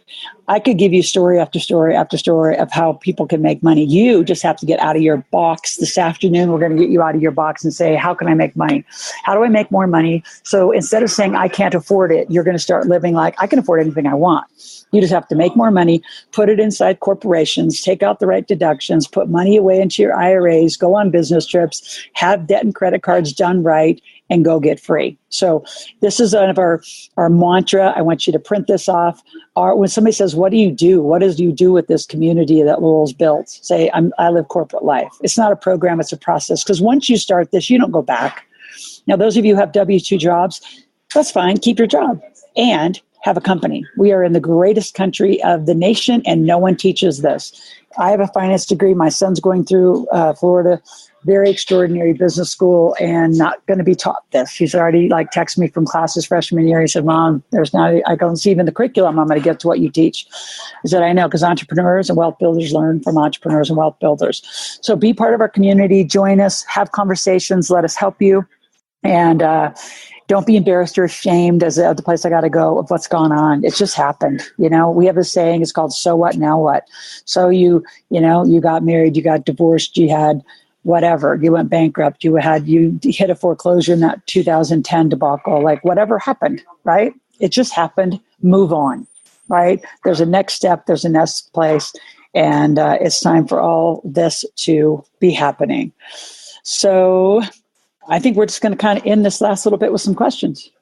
Kelly wants to know, expand the immigration for infinite possibilities. Yes, it's exciting. I'm just going to go up the list really quick. Brian, is there any other questions that you're seeing out there that I'm not seeing, or just any comments you want to make? In the Q&A, Chris asked, do you have to be an accredited investor for oil and gas? Yes, you do. So let's just speak about that. So to be accredited means that you have had to make, $200,000 in the last 2 tax years, right? Or you're a millionaire. So in our way of thinking, you can do it however you want, but in our way of thinking, learning how to make 200 grand is way faster, especially when you partner with people who are big money makers and know how to make money. The difference between making hundreds of thousands and $1 million was I hung out with multi-millionaires. So then you start seeing how they work. See, you're not going to you could figure this out. You're going to spend a long time figuring out stuff that we already know as a community. And I say we because it's not just me. Yes, I'm the driver, the facilitator is actually my new title. I facilitate all these teams. I facilitate these people coming together because I have not only seen the results, I believe in it. I think people who have lived it, we have a lot of high net worth people. We have beginners. It doesn't matter. You just have to start. So I think making 200 grand to become accredited is not difficult. You can do it in a year or 2, get accredited, and then you can start doing anything you want. But doing nothing to say, well, I can't do it, so I'm not starting, is not a smart choice. Yeah, so much of it's mindset, as you know. And like you talked about the very first, that so much of your work that you do with people initially is over mindset. Yep. For you, did you have a specific turning point that, kind of was your awakening, your aha moment, or anything that you could kind of pass on to somebody else? I know it's different for everybody. It is very different. I think my aha moment at 7, well, there's many of them. The big ones, I'd say the chapter turners, right? Where they began a new chapter in my life. Was at 17, I got the book Think and Grow Rich. I started understanding all this, oh my gosh, there is a world of people. And then why don't more people become millionaires? There's a system to this. So then I started documenting the system. Then I knew how to make money. I met Bob Proctor when I was 21 years old. And he taught me a lot about making money and the psychology of possibility, right? Which is why he got me into The Secret, because then he saw the result. Big turning point in 1996. I met Kiyosaki and Sharon Lechter, right? I helped put Cash Flow Game on the map. Massive. During those years with those guys, became a millionaire in 1999. And then 2001 started Live Out Loud. And it's just been progressing. So I was a gas and oil real estate millionaire. And looking at businesses was just kind of not my thing. And then I started looking around going, there's a lot of people who flip businesses or have businesses as an equity owner that make a lot of cash flow. So then I started following those people around. I 100% have grown everything I've done on the heels of other great people. It was pretty rare. Like, what am I doing with crypto? I went out and I'm finding the best. Are they all the best? No, I found some frogs along my journey. My God. Right? What did I do with cannabis? I went out and found some great cannabis people. Right? So you get in the space with the people who know it, and you find ways to partner in. Like, to do it on your own, say, oh, I'm just going to go start. You're crazy. You don't know what you're doing. Plus, the learning curve to start from scratch is insanity. Why would you even spend any time and money? The cost to work with us, no matter where you start, whether it's a book or a game, or you go to the big table, or you do the 100K. 100K, by the way, is our income program. We'll help you. In fact, we put a guarantee to it. Make $100,000 in a year, the first year. So again, the goal is by year 2 to get you accredited. Now you can really play. You're called a sophisticated investor. Now you have a different set of rules to play by in the United States, well, most countries. So yeah, I think there's huge turning points, but every one of them turning points had to do with another person, some influencer, some smarter person. I actually shouldn't say influencer because that wasn't even a term. Somebody who's an expert, who had the results I wanted, right? Who had the community I wanted, the experience I wanted. And that's what I built. I knew it helped me, and it's going to help those who do it right. Those who stand around and say, do it for me. We're not a do it for you group. That's not what we're here to. I'm not a consultant, right? I'm a damn good guide, facilitator, and a coach. I'm not going to do your work for you, but I'll guide you and I'll introduce you to the people who can help you do the work. I think it's critical. Well, the key is, and I talked to a lot of people about this. I know you do as well, but everything that you mentioned, every single thing you mentioned, you talked about the different people that you worked with, different experts along the way that you met. And the key thing that I think comes natural, I don't want to say natural to you. I think it's just something that's exciting to you. But it's the fact that once you learn it or see it, you say, oh, okay, I'm in. And then you go for it. You do it. It's all about action. It's not about sitting on the sideline anymore and watching. It's saying, okay, I'm committed now. I'm in. And you go for it. I think that's where a lot of people have that struggle. That's something that holds them back, and we've got to help them get past. So. Absolutely. And we have put an extraordinary team together. So we are headed to the top of the hour. We've been on for 3 hours, folks. Well done. Great endurance.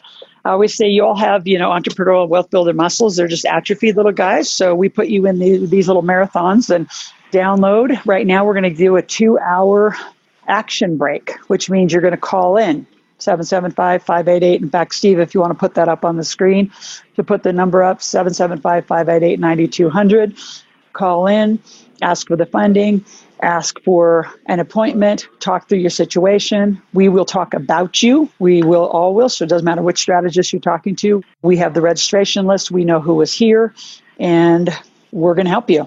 And then we're going to come back together at 4:00 again. This afternoon is making money. We're going to go through what I call my marketplace technology, how to make money, how to get it done. We're going to bring on the IRA team, the Flip Wall Street team, a few income opportunities, which are just, you can do them or not do them. I have, there's things I do. People say, how do you make extra money? Well, the wine thing's extra money. It's not what I do. It's just extra money. It's fine. We're going to bring on some of those. And then I got my crypto. Got one of our crypto experts that's going to share with you what's going on in this hot market. And we're going to do some makeovers. So that's our afternoon. Tomorrow is banking, money rules, due diligence, how do you do a deal, all sorts of cool stuff, and more teammates. We have real estate, we have hemp farming. I'm going to ask about a little water waste because that's the same team. And we have some actual MLMs as businesses, as owners. How do you actually own an MLM, and how do those actually work? Many, many, many millionaires are made that way.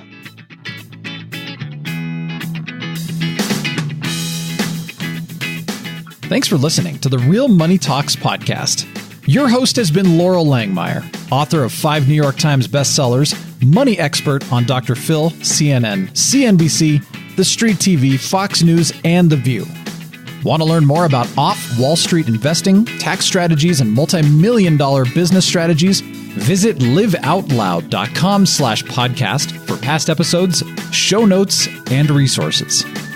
For some special wealth-building gifts only for Laurel's podcast listeners, visit liveoutloud.com/podcast gifts. Do you have a burning question for Laurel? Visit asklaurel.com to submit your question, and it may just be covered on a podcast episode. So stay tuned and be sure to subscribe to get new episodes every week.